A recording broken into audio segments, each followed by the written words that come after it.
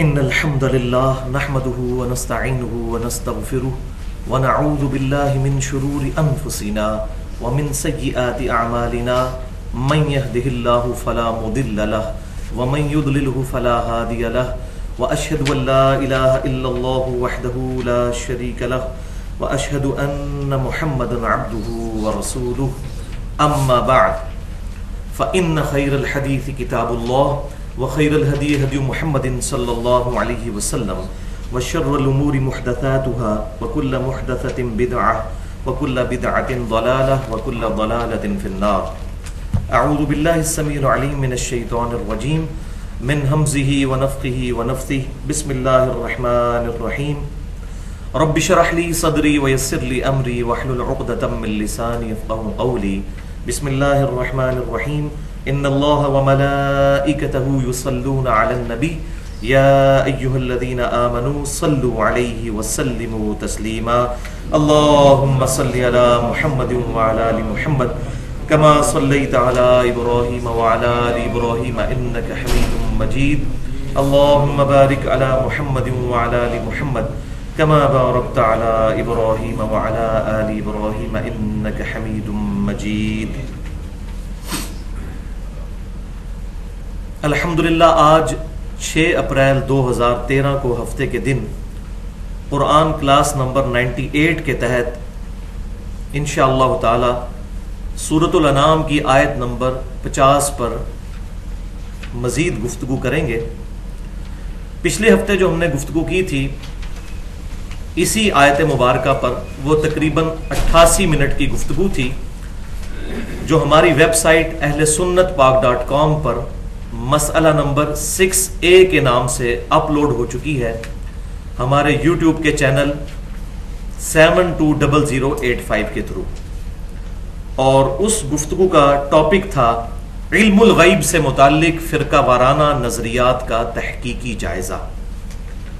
آج کا درس اسی کی کنٹینیوشن اور تسلسل ہے، اور آج انشاءاللہ تعالی مسئلہ نمبر 6B کے نام سے ہم لیکچر کو ڈسکس کریں گے، جس کا عنوان ہے الہام، کشف اور خوابوں کی حقیقت سے متعلق فرقہ وارانہ نظریات کا تحقیقی جائزہ.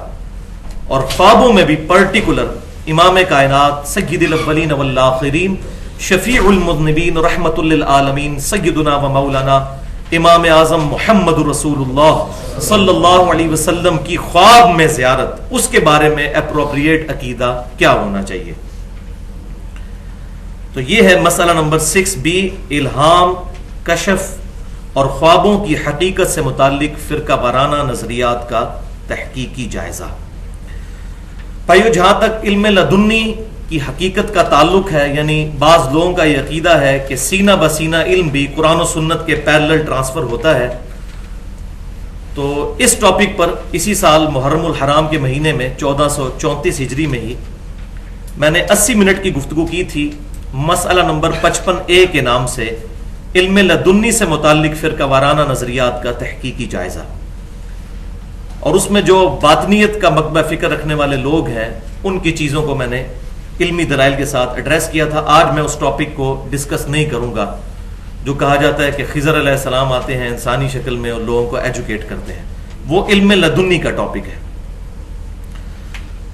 پھر آج کے لیکچر سے پہلے میں وہی اعلان کر دوں کہ بھائیو، الحمدللہ میری روٹی دین کے ساتھ نہیں جڑی ہوئی، اور یہ میں بات بار بار ریپیٹ کرتا ہوں کہ میں نے فرقہ واریت کو 3 طلاقیں دے کر اور 4 تکبیریں پڑھ کر دفنا دیا ہے. کیونکہ جو بندہ فرقہ واریت میں پڑ جائے وہ کبھی بھی حق بات نہیں کرتا. اور میں جب علماء کرائم کی یعنی مجرم علماء کی کتابیں پڑھتا ہوں تو مجھے اندازہ ہوتا ہے کہ کس طریقے سے وہ واضح قرآن اور سنت کے احکامات کو چھپا جاتے ہیں صرف اپنے مکتبہ فکر کی حفاظت کرنے کے لیے. اور معذرت کے ساتھ اس حمام میں تقریباً سارے ہی ننگے ہیں. تو میرے لیے دعا کریں کہ اللہ تعالیٰ اس دن سے پہلے کہ جب معاذ اللہ استغفر اللہ میں اپنا ذریعہ معاش دین کو بناؤں، اس سے پہلے ہی اللہ تعالیٰ مجھے ایمان و عافیت کے ساتھ مدینہ شریف میں موت اور جنت البقیع میں مدفن عطا فرمائے، اور جنت الفردوس میں اپنے محبوب صلی اللہ علیہ وسلم کے قدموں میں جگہ عطا فرمائے. اور یہ تمام دعائیں ہمارے سب مسلمانوں کے حق میں قبول و منظور فرمائے. بھائیوں میں 31 سال تک بریلوی رہا، اس کے بعد کچھ عرصہ دیوبند کے ساتھ گزرا، پھر اہل حدیث کے ساتھ، پھر اہل تشیع کے ساتھ۔ اب بھی سب کے لیکچر سنتا ہوں، جس کی حق بات ہے قبول کر لیتا ہوں، اور جہاں پر کوئی غلطی دیکھتا ہوں تو پوائنٹ آؤٹ کرنے کی کوشش کرتا ہوں۔ اور ایک مسلمان کا ایٹیٹیوڈ یہی ہونا چاہیے کہ کسی بھی دوسرے کلمہ گو اہل قبلہ کی تکفیر کیے بغیر اس کی غلطی علمی طریقے سے اس پر واضح کی جائے۔ میرا جھگڑا صرف ان مجرم علماء کے ساتھ ہے جنہوں نے اپنے فرقے کی حفاظت کرتے ہوئے امت سے حق بات چھپائی اور لوگوں کو اپنی مرضی کی انٹرپریٹیشنز قرآن و سنت کی کر کے ان کا قبلہ خراب کر دیا، اور حتیٰ کہ خوابوں کو، اور یہاں تک کہ جو شیطانی خواب ان کو آتے ہیں ان کو عوام کے اندر پروپیگیٹ کر کے انہوں نے روٹی اور روزی کا سلسلہ چلایا ہوا ہے، وَلِعَوْذُ بِاللَّهِ تَعَالَى۔ آج کی گفتگو میں انشاءاللہ کل 11 آیات آئیں گی، مینلی جو ہے کراس ریفرنس کے طور پر۔ ان سے متعلق آپ کو ایک ایک پیج مل چکا ہے جس پہ وہ 11 کی 11 آیات پرنٹڈ فارم میں موجود ہیں۔ جہاں تک احادیث کا تعلق ہے تو آج جتنی بھی احادیث میں بیان کروں گا تمام کے ریفرنسز بتا دوں گا کہ یہ کون سی کتاب سے حدیث ہے، اور جو کریٹیکل حدیث ہوگی اس کا انٹرنیشنل نمبر بھی بتا دوں گا، جو علماء حرمین اور بیروت کی انٹرنیشنل نمبرنگ چل رہی ہے پوری دنیا میں، اور اسی کے مطابق مکتبۃ الشاملہ جو عربی سافٹ ویئر ہے اور عربی کتب جو ہیں چھپتی ہیں، اور پاکستان میں دارالسلام والے اسی انٹرنیشنل نمبرنگ کے اوپر احادیث کی کتابیں چھاپتے ہیں۔ اس کے باوجود اگر کسی کی کوئی کیوری ہو تو وہ لیکچر کے اینڈ میں مجھ سے پوچھ سکتا ہے، لیکن لیکچر کے دوران گفتگو کا ڈیکورم خراب نہیں کرنا چاہیے، بلکہ حق بات کو بڑی تسلی کے ساتھ سننا چاہیے۔ یہی ایک مسلمان کا ایٹیٹیوڈ ہے۔ اور میں اپنی ای میلز کا جواب بھی بڑا ریگولرلی دیتا ہوں، ہر ہفتے درجنوں اور بسا اوقات سینکڑوں ای میلز کا جواب دینا پڑتا ہے، اور میرا ای میل کا ایڈریس ہے mirza_95@yahoo.com۔ اس تمہیدی گفتگو کے بعد اب آج کے مرکزی ٹاپک کی طرف آتے ہیں جو 3 اہم ترین علمی پوائنٹس پر مشتمل ہے، اور ان 3 پوائنٹس کا اجمالی تعارف میں شروع میں ہی کروا دیتا ہوں تاکہ ہماری لیکچر میں دلچسپی قائم رہے۔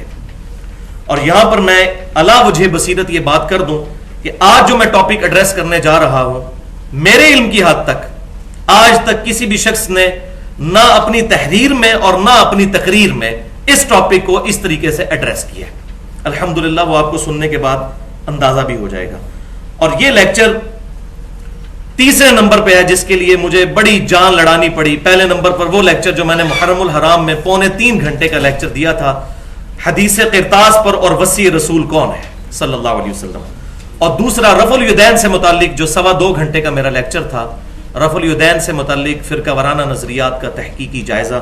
اور اب یہ تیسرے نمبر پر مشکل ترین جو لیکچر مجھے تیار کرتے وقت واقعی جان کھپانی پڑی، وہ یہ والا لیکچر ہے۔ اس لیکچر میں ہم 3 علمی پوائنٹس کے تحت 3 اصطلاحات کو ڈسکس کریں گے، 3 ٹرمنالوجیز کو۔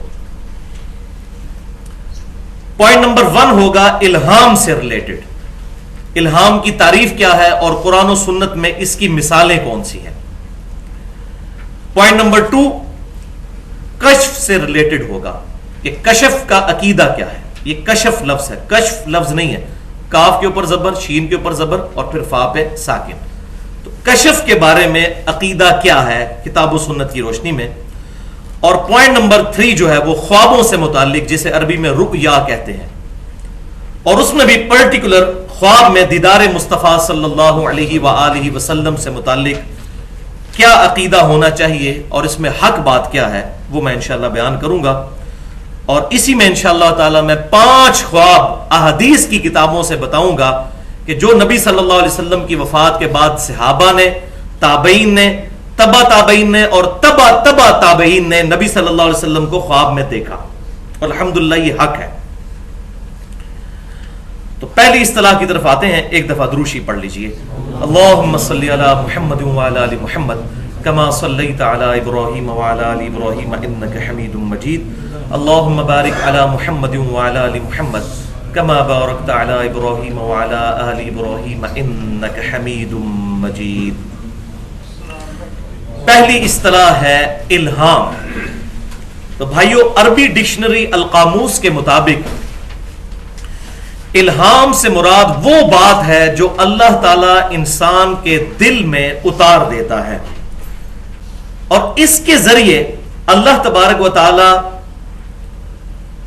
انسانوں کو رہنمائی عطا کرتا ہے، کسی چیز کی ٹرو انڈرسٹینڈنگ عطا فرماتا ہے، سمجھ بوجھ، اور پھر انسان کا دل اس بات پر مطمئن ہو جاتا ہے. یہ ہے الہام. اس کے لیے قرآن و سنت میں مختلف الفاظ آئے ہیں. الہام کا لفظ بھی آیا، القاء کا لفظ بھی آیا، شرح صدر کا لفظ بھی آیا، سینے کا کھل جانا، ٹرو انڈرسٹینڈنگ. اور بسا اوقات لغت کے معنوں میں وحی کا لفظ بھی استعمال ہوا ہے الہام کے لیے، لغت کے معنوں میں. اصطلاح کے معنوں میں وحی صرف پیغمبروں پر آتی ہے، لغت کے معنوں میں. تو اب اپنا جو پیج ہے قرآن پاک کے ریفرنسز والا وہ نکال لیجئے. اس میں پہلی 5 آیات جو ہیں وہ اسی سے ریلیٹڈ ہیں، الہام سے متعلق. اعوذ باللہ من الشیطان الرجیم، بسم اللہ الرحمن الرحیم. پہلی آیت مبارکہ ہے سورہ الشمس پارہ نمبر 30 کی آیت نمبر 8. انسانی نفس کا ذکر کرتے ہوئے اس کانٹیکسٹ میں اللہ تعالیٰ ارشاد فرماتا ہے فَأَلْهَمَهَا فُجُورَهَا وَتَقْوَاهَا، پس ہم نے اس نفس میں برائی کا بھی مادہ رکھ دیا اور اس کا سینس بھی رکھ دیا، وَتَقْوَاهَا، اور ڈرنے کی صلاحیت بھی رکھ دی، یعنی برائی سے بچنے کی، یعنی نیکی اور خیر اور بھلائی بھی نفس میں ودیت کر دیا گیا ہے. یہ جبلی طور پر جس کو ہم کہتے ہیں نیچرل انسٹنکٹ جو ہے انسان کی جبلی ہدایت، وہ ہر نفس کو دے دی گئی ہے. ہر انسان جھوٹ بولنے کو برا سمجھتا ہے اور سچ بولنے کو اچھا، چاہے اس تک وحی کی تعلیمات نہ بھی پہنچی ہوں تب بھی. یہ ہماری جبلت میں ہے. ظلم کرنے کو برا سمجھتا ہے اور کسی کے ساتھ بھلائی کرنے کو اچھا سمجھتا ہے، یہ ہماری جبلت میں داخل. اور میں اسی پر جملہ بولا کرتا ہوں کہ آج بھی امریکہ میں ہالی ووڈ کی فلم کے اینڈ پہ بھی سچ کی جیت دکھائی جاتی ہے. کبھی کوئی ایسی فلم بھی نہیں بنی کہ جس میں جھوٹ کی جیت دکھائی دے. یہ انسان کی انسٹنکٹ میں ہے کہ انسان سچائی سے پیار کرتا ہے اور اس کو پیور سمجھتا ہے، اچھا سمجھتا ہے. تو یہ اللہ تعالیٰ نے ہمارے نفس میں ودیت کیا. پھر دوسری آیت سورۃ الاعلیٰ کی پہلی 3 آیات. تو سورۃ الاعلیٰ کی انہی 3 آیات کے کانٹیکسٹ میں، خصوصاً پہلی آیت کے کانٹیکسٹ میں، مسند امام احمد میں صحیح سند کے ساتھ یہ حدیث ہے کہ آپ صلی اللہ علیہ وسلم جب بھی سبح اسم ربک الاعلیٰ تلاوت فرماتے تھے تو سبحان ربی الاعلیٰ کہا کرتے تھے. تو پاکی بیان کرو اپنے رب کے نام کی جو کہ بلند مرتبے والا ہے. الذی خلق فسوی، وہ جس نے چیزوں کو تخلیق فرمایا اور ان کو بڑی پرفیکشن کے ساتھ ان کا تسویہ کیا. والذی قدر فہدی، جس نے ہر شے کا ایک اندازہ مقرر فرمایا. فہدا، اور اسے جبلی ہدایت دے دی. بچے کو پیدا ہوتے ہی ماں کے پستان سے دودھ چوسنے کی جبلی ہدایت، نیچرل انسٹنکٹ اس میں اللہ تعالیٰ نے ڈال دی ہے. اسی طریقے سے بکری کے اندر یہ جبلی ہدایت موجود ہے. اس کے سامنے آپ جتنا مرضی فریش قیمہ ڈال دیں وہ اس کی طرف تھوکے گی بھی نہیں، گھاس کی طرف اٹریکٹ ہوگی. یہ اس کی جبلی ہدایت ہے. شیر کے سامنے آپ جتنی پیاری سبزیاں لا کے رکھ دیں وہ کبھی بھی اس کی طرف نہیں دیکھے گا، وہ گوشت کی طرف جائے گا. تو یہ ساری کی ساری چیزیں اللہ تعالیٰ نے ہر مخلوق میں ودیت کی ہیں. والذی قدر فہدی. تیسری آیت ایک پرٹیکولر الہام، ایک خاص جانور کا اللہ تعالیٰ نے ذکر کیا. سورۃ النحل کی آیت نمبر 68، اور اسی جانور کے نام پر، اسی کیڑے کے نام پر اس کا نام سورۃ النحل ہے، یعنی شہد کی مکھی. وَأَوْحَى رَبُّكَ إِلَى النَّحْلِ، اور تمہارے رب نے وحی کی شہد کی مکھی کی طرف. اب یہ دیکھیں وحی کا لفظ بھی یہاں استعمال ہوا ہے، یہ لغت کے معنوں میں ہے. الہام کیا، اس کے دل پر القاء کی. یہ بات، یہ وہ وحی جلی نہیں ہے جو پیغمبروں کی طرف ہوتی ہے. وحی عربی زبان میں کہتے ہیں خفیہ طریقے سے کسی کو بات بتا دینا. تو تمہارے رب نے وحی کی یعنی الہام کیا الی النحل، شہد کی مکھی کی طرف. ان اتخذی من الجبال بیوتا، کہ تو گھر بنا پہاڑوں کے اندر. ومن الشجر، اور درختوں میں. وَمِمَّا يَعْرِشُونَ، اور جتنی بھی بلند چیزیں ہیں، جتنی بھی چھتیں ہیں، جتنی بھی اونچی بیلیں ہیں، ان میں تو گھر بنا. اب پرٹیکولر ایک اور ہدایت کا ذکر آ رہا ہے اگلی آیت میں، ریفرنس نمبر 4 جو آپ کے پیج پہ ہے، سورہ الزمر کی آیت نمبر ہے 22. افمن شرح اللہ صدرہ للاسلام، بھلا وہ شخص کہ جس کا سینہ اللہ نے کھول دیا ہو اسلام کے لیے، کہ وہ اسلام کی حقانیت کو پہچان چکا ہو، فہو علی نور من ربہ، اور وہ اپنے رب کی طرف سے نور ہدایت پر بھی ہو. اور اس میں اب بٹوین دا ورڈز بات محذوف کر دی گئی. یہ سورت کا سٹائل ہے کہ کیا وہ شخص اچھا ہے یا وہ جس کا آگے ذکر آ رہا ہے. فویل للقاسیۃ قلوبہم، تو ہلاکت ہے دل کی سختی جن لوگوں کے اندر موجود ہے ان کے لیے. قلوبہم من ذکر اللہ، اللہ کے ذکر کے بارے میں جن کے دل سخت ہو چکے ہیں. اولئک فی ضلال مبین، اور یہی لوگ کھلی گمراہی میں ہیں. تو وہ شخص جس کا سینہ اللہ نے اسلام کی حقانیت کے لیے کھول دیا وہ اچھا ہے اور اپنے رب کی طرف سے جو نور پر ہے، یا وہ شخص کہ جس کا دل جو ہے وہ سخت ہو چکا ہے اور وہ حق بات قبول کرنے والا نہیں ہے. تو یہ پرٹیکولر ہدایت کا ذکر ہے کہ جو بندہ ایفرٹ کر کے اللہ تعالیٰ تک پہنچنے کی کوشش کرے تو اللہ تعالیٰ اس کو اسلام کی دولت سے مشرف فرما دے. اور اسی کا ذکر ہے آگے جو ریفرنس نمبر 5 ہے، جو سیدنا موسیٰ علیہ السلام کی دعا ہے، سورہ طٰہٰ کی آیت نمبر 25.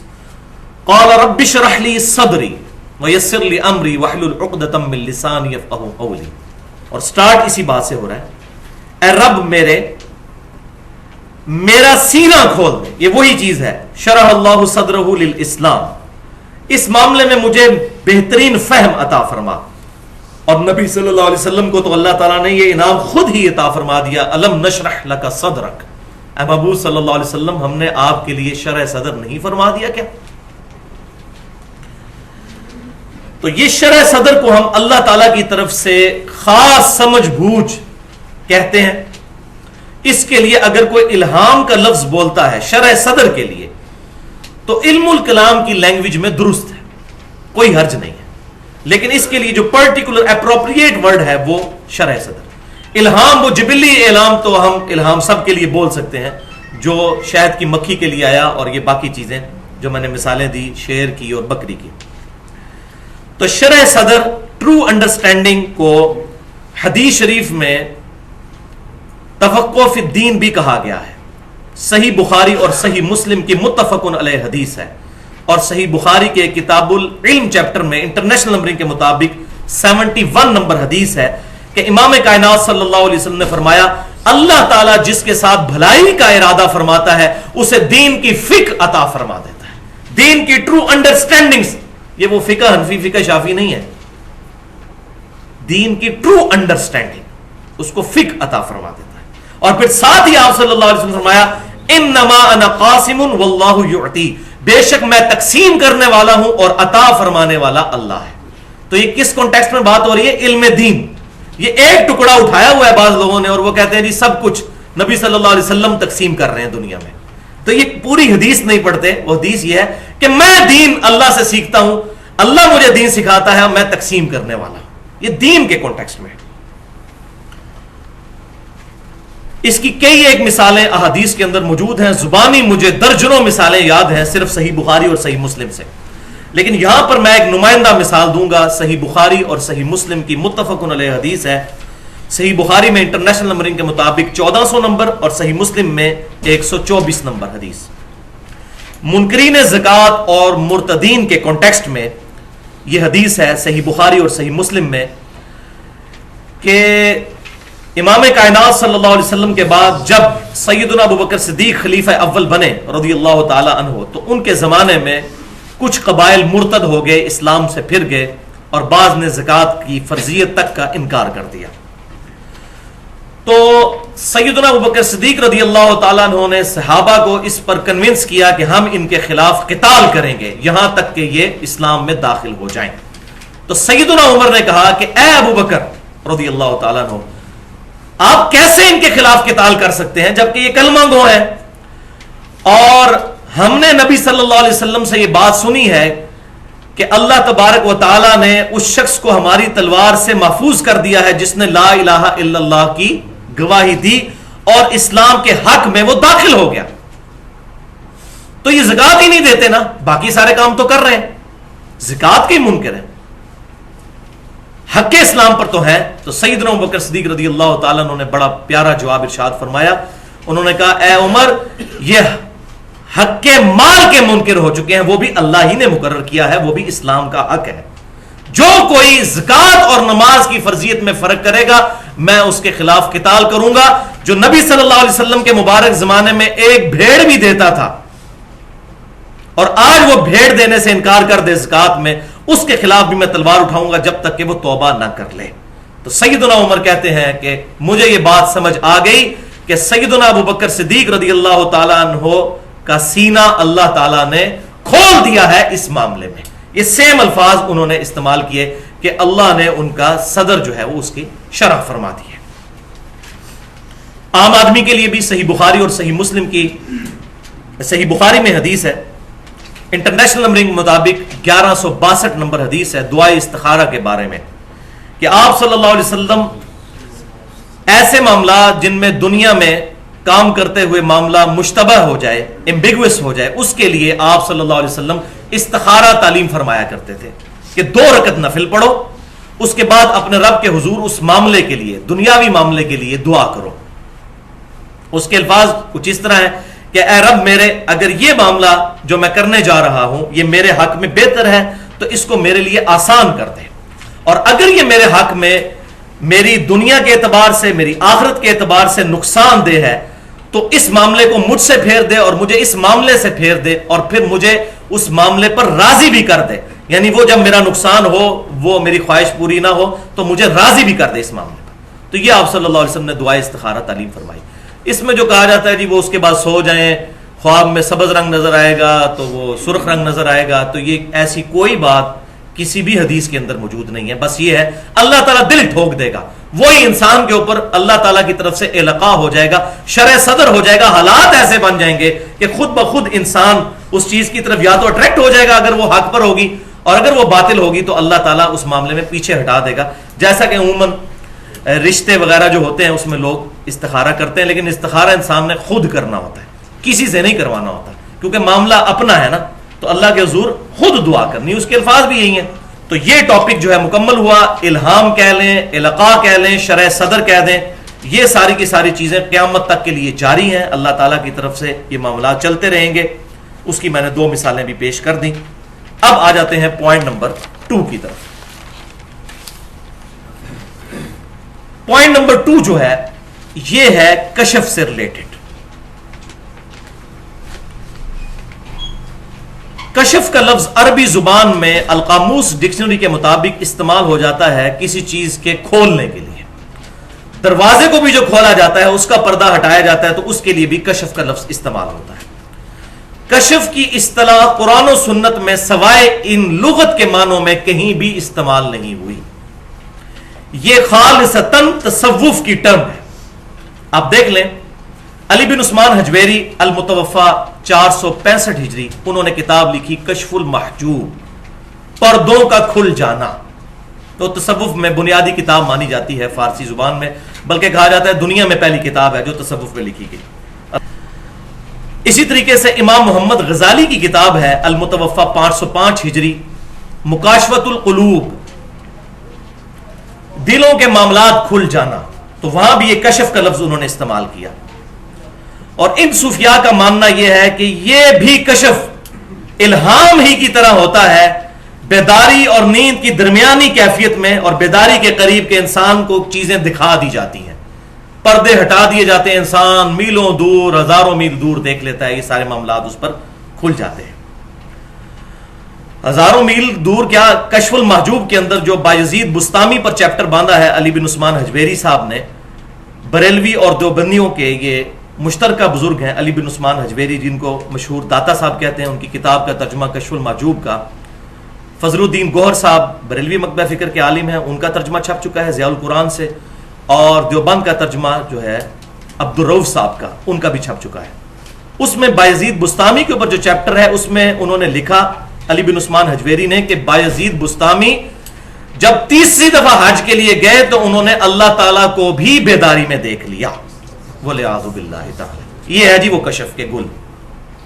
جبکہ سورۃ الاعراف میں اللہ تعالیٰ نے موسیٰ علیہ السلام کے بارے میں واضح فرما دیا لن ترانی، تم مجھے نہیں دیکھ سکتا. اے موسیٰ علیہ السلام تم مجھے نہیں دیکھ سکتے.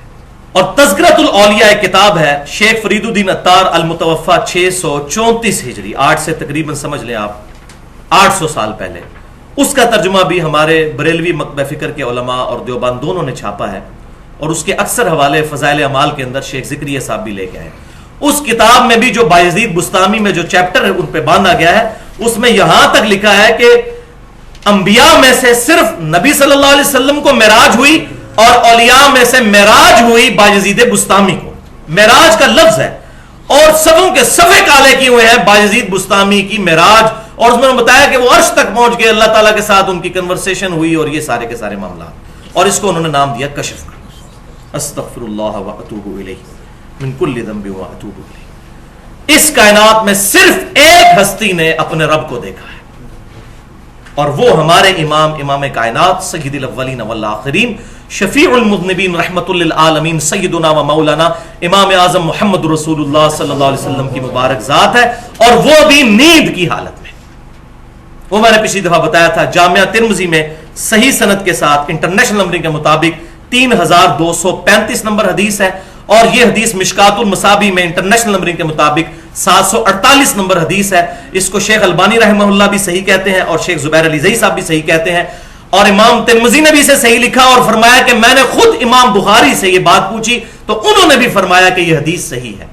لہذا یہ صحیح بخاری میں تو نہیں حدیث، لیکن امام بخاری نے اس کی توثیق کی ہے. امام ترمذی ان کے سب سے لاڈلے شاگرد تھے، تو امام ترمذی نے ان کا یہ حکم جو ہے وہ 7 ترمذی شریف میں نوٹ کیا کہ نبی صلی اللہ علیہ وسلم فرماتے ہیں کہ آج رات معاذ ابن جبل کہتے ہیں کہ آپ صلی اللہ علیہ وسلم فجر کی نماز پڑھانے کے لیے تھوڑا لیٹ آئے، اور فرمایا میرے لیٹ آنے کی وجہ یہ ہے کہ آج رات میں نے اپنے رب کو بڑی اچھی صورت میں خواب کی حالت میں دیکھا. اور بڑی لمبی حدیث ہے، وہ کبھی موقع ملا تو میں انشاءاللہ بیان کروں گا.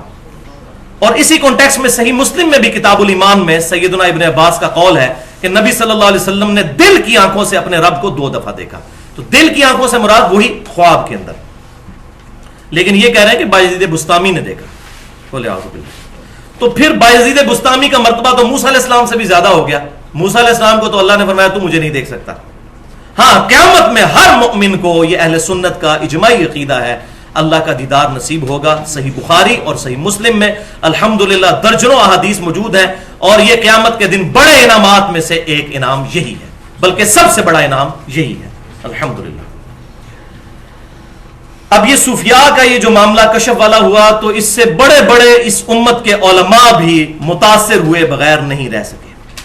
حتیٰ کہ مجھے حیرانگی ہوتی ہے کہ امام ابن تیمیہ جیسی شخصیت جنہوں نے پوری زندگی تصوف کے رد میں گزاری، یہاں پر آ کر وہ بھی بڑی برے طریقے سے پھنس گئے. اور ان کا جو مجموعہ الفتاوی ہے اس کی 11ویں جلد، وہ پوری کی پوری جلد جو ہے اس میں ایک پورا چیپٹر ہے جو سینکڑوں صفحات پر مشتمل ہے. اس کا نام ہی ہے اولیاء اللہ کے کشف کا بیان. اس کا رد نہیں کیا انہوں نے، اس کو ایکسپلین کیا ہے کہ یہ کشف حق ہوتا ہے. میں پیج نمبر بتا دیتا ہوں انٹرنیشنل نمبرنگ کے مطابق جو مکتبۃ الشاملہ میں موجود ہے. پیج نمبر 638، پیج نمبر 65 اور پیج نمبر 205، جلد 11 مجموعہ الفتاوی امام ابن تیمیہ کا. اس میں وہ لکھتے ہیں کہ بعض اللہ کے بندے ایسے ہیں کہ وہ کشف میں وہ مناظر دیکھ لیتے ہیں جو عام آدمی خواب میں دیکھتا ہے. وہی بات بیداری میں دیکھ لیا. پھر وہ لکھتے ہیں کہ اولیاء اللہ کا جو کشف ہے وہ ثابت ہے. ثابت سے مراد وہ واقعہ ثابت ہے، قرآن و حدیث سے تو وہ بھی نہیں ثابت کر سکے. اور جن چیزوں کو انہوں نے کشف ثابت کرنے کی کوشش کی وہ بالکل قرآن و سنت کی غلط انٹرپریٹیشن انہوں نے کی ہے، وہ میں آج رد بھی کروں گا. اور پھر لکھا کہ اولیاء اللہ کشف کے ذریعے لوگوں کے انجام معلوم کر لیتے ہیں کہ کون جنت میں ہے اور کون دوزخ میں. وَلِعَاذُ بِاللَّهِ. یہ تو صحابہ اکرام 4 فٹ نیچے نہیں دیکھ سکتے تھے. صحیح بخاری اور مسلم کی متفق علیہ حدیث ہے کہ آپ صلی اللہ علیہ وسلم 2 قبر والوں کے پاس رک گئے. صحابہ نے کہا یا رسول اللہ کیا ہوا؟ فرمایا ان کو عذاب ہو رہا ہے. صحابہ کو تو نظر نہیں آیا. پھر آپ صلی اللہ علیہ وسلم نے ایک ٹہنی توڑ کر ان کی قبروں پر لگائی 2 حصے کر کے. فرمایا ایک پیشاب کے چھینٹوں سے نہیں بچتا تھا، دوسرا چغلی کھایا کرتا تھا. جب تک یہ ٹہنیاں جو ہیں ہری رہیں گی اللہ تعالیٰ ان کے عذاب میں تخفیف فرماتا رہے گا. اچھا اب یہ دلائل کہاں سے پکڑتے ہیں؟ دلیل پھر قرآن پاک سے مجبوری ہے ان کی، کیونکہ مسلمانوں کو دعوت دینی ہے تو ان کو بھی ڈر لگتا ہے کہ قرآن کے بغیر بات کی تو لوگ سمجھیں گے کہ نیا دین کھڑا ہو جائے گا، لیکن پھر غلط انٹرپریٹیشن کرتے ہیں. وہ ہے ریفرنس نمبر 6 سورۃ القصص کی آیت نمبر 7. وہ کہتے ہیں جی قرآن پاک میں یہ آیت ہے بسم اللہ الرحمن الرحیم وَأَوْحَيْنَا إِلَىٰ أُمِّ مُوسَىٰ کہ ہم نے وحی کی موسیٰ علیہ السلام کی والدہ کی طرف ان ارضعیہ کہ تو اپنے بچے کو دودھ پلاتی جا. اور پھر یہ آگے آیت چلتی ہے اور جب تجھے خدشہ ہو کہ اس بچے کو قتل کرنے لگیں گے تو پھر تو اس بچے کو پانی میں بہا دینا، ہم اسے تیری طرف واپس لوٹا دیں گے. اب ظاہر ہے اتنا بڑا ڈیسیژن کرنا کہ ایک بچے کو پانی میں ڈال دینا یہ بغیر کسی واضح الہام کے ممکن نہیں ہے. تو وہ کہتے ہیں یہ سب سے بڑی دلیل ہے کہ غیر انبیاء کو بھی وحی ہوتی ہے. لیکن وہ یہ بات بھول جاتے ہیں کہ یہ دو ہی واقعات آئے ہیں قرآن میں، ایک عیسیٰ علیہ السلام کی والدہ اور دوسری موسیٰ علیہ السلام کی والدہ، اور یہ دونوں پیغمبروں کی والدائیں ہیں. اس کے علاوہ کوئی تیسری مثال قرآن پاک میں نہیں آئی. تو یہ پرٹیکولر پیغمبروں کی وجہ سے اللہ تعالیٰ نے ان کے ساتھ یہ معاملات کیے، یہ خاص مسئلہ ہے. لہٰذا یہ ان کی دلیل قرآن کے اعتبار سے کمزور ہے. ہاں حدیث میں ایک مضبوط دلیل ہے لیکن اس کی انٹرپریٹیشن یہ غلط کرتے ہیں، وہ میں انشاءاللہ بیان کر دوں گا.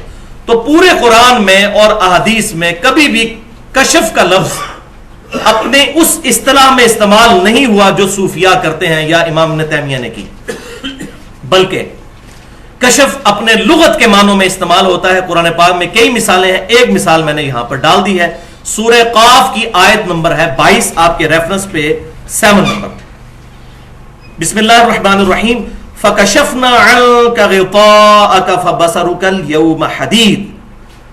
یہ اللہ تعالیٰ قیامت والے دن مجرمین سے خطاب فرمائے گا، اے مجرم آج تیری نگاہ کے آگے سے ہم نے سارے پردے ہٹا دیے ہیں تو آج تیری نظر بڑی تیز ہے. تو دنیا میں کہا کرتا تھا کہ کس طریقے سے اللہ تعالیٰ مردوں کو زندہ کرے گا، تو آج تیری نظر بڑی تیز ہے. یہ اس سے ٹونٹ اللہ تعالیٰ فرمائے گا قیامت والے دن، تنزیہ گفتگو. تو اس امت میں بھائیوں یہ وہی جو موسیٰ علیہ السلام کی والدہ پر ہوئی، اس امت میں ختم نبوت کی وجہ سے یہ وحی کا سلسلہ بھی بین ہو چکا ہے. اور بعض لوگ یہ سمجھتے ہیں کہ جی اگلے انبیاء کی جو امتیں تھیں وہ تو پھر اچھی رہ گئیں کہ ان پر غیر انبیاء پر بھی وحی ہو جاتی تھی کشف کی شکل میں، جس کو وہ کہتے ہیں یا میں اس کو الہام کہتا ہوں، تو ہماری امت تو پھر پیچھے رہ گئی. تو بھائیو یہ اس امت کی خوبی ہے کہ ختم نبوت کی وجہ سے یہاں پر یہ معاملہ بین ہو گیا. اور یہ میرا اللہ تبارک و تعالیٰ نے مجھ پر شرح صدر کیا ہے یہ معاملہ، اس کو میں شرح صدر کہتا ہوں کہ یہ میرا جملہ گولڈن کوٹ یاد رکھیے گا کہ جس طریقے سے توحید صرف اس امت میں آ کر اپنے آخری درجے میں کامل ہوئی ہے کہ سجدہ تعظیمی بھی حرام ہو گیا، جو اگلی امتوں میں انبیاء کو کرنا جائز تھا. فرشتوں نے آدم علیہ السلام کو کیا، یوسف علیہ السلام کو ان کے بھائیوں نے کیا، ماں باپ نے کیا. اگلی امتوں میں سجدہ تعظیمی جائز تھا، اس امت میں حرام کر کے اللہ تبارک و تعالیٰ نے توحید کو جس طریقے سے کامل کیا، بالکل اس طریقے سے اگلی امتوں میں غیر انبیاء پر بھی الہام ہو جایا کرتا تھا، وحی خفی ہو جایا کرتی تھی. لیکن ختم نبوت کی وجہ سے آخری درجے میں اللہ تبارک و تعالیٰ نے یہ معاملہ ہی ختم کر دیا کہ آپ صلی اللہ علیہ وسلم کے بعد کوئی شخص یہ جرت نہ کرے کہ میری طرف وحی خفی آتی ہے، میں وہ نبی تو نہیں ہوں لیکن میری طرف وحی آتی ہے. یہ معاملہ ہی بیان کر دیا.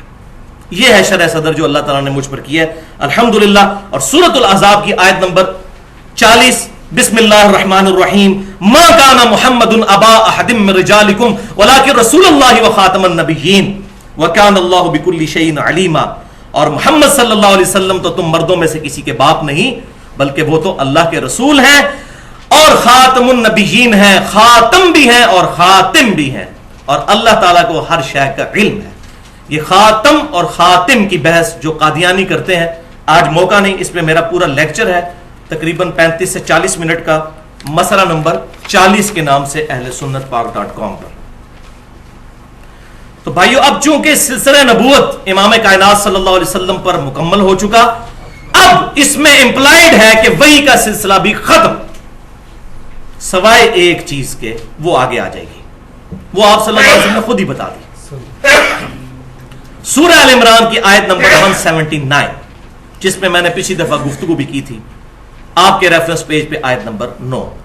بسم اللہ الرحمن الرحیم. وما کان اللہ لیطلعکم علی الغیب, اور اللہ کی یہ شان نہیں ہے کہ تمہیں غیب پر مطلع کرے. ولیکن اللہ یجتبی من رسلہ من یشاء, بلکہ اللہ تعالیٰ چن لیتا ہے اپنے پیغمبروں میں سے جن کو چاہتا ہے. فآمنوا باللہ ورسولہ, تو تمہارا کام ہے ایمان لاؤ اللہ اور اس کے رسول پر. وَإِن تُؤْمِنُوا وَتَتَّقُوا فَلَكُمْ أَجْرٌ عَظِيمٌ, اور اگر تم ایمان لاؤ گے اور تقوی اختیار کرو گے تو تمہارے لیے اجر عظیم ہے.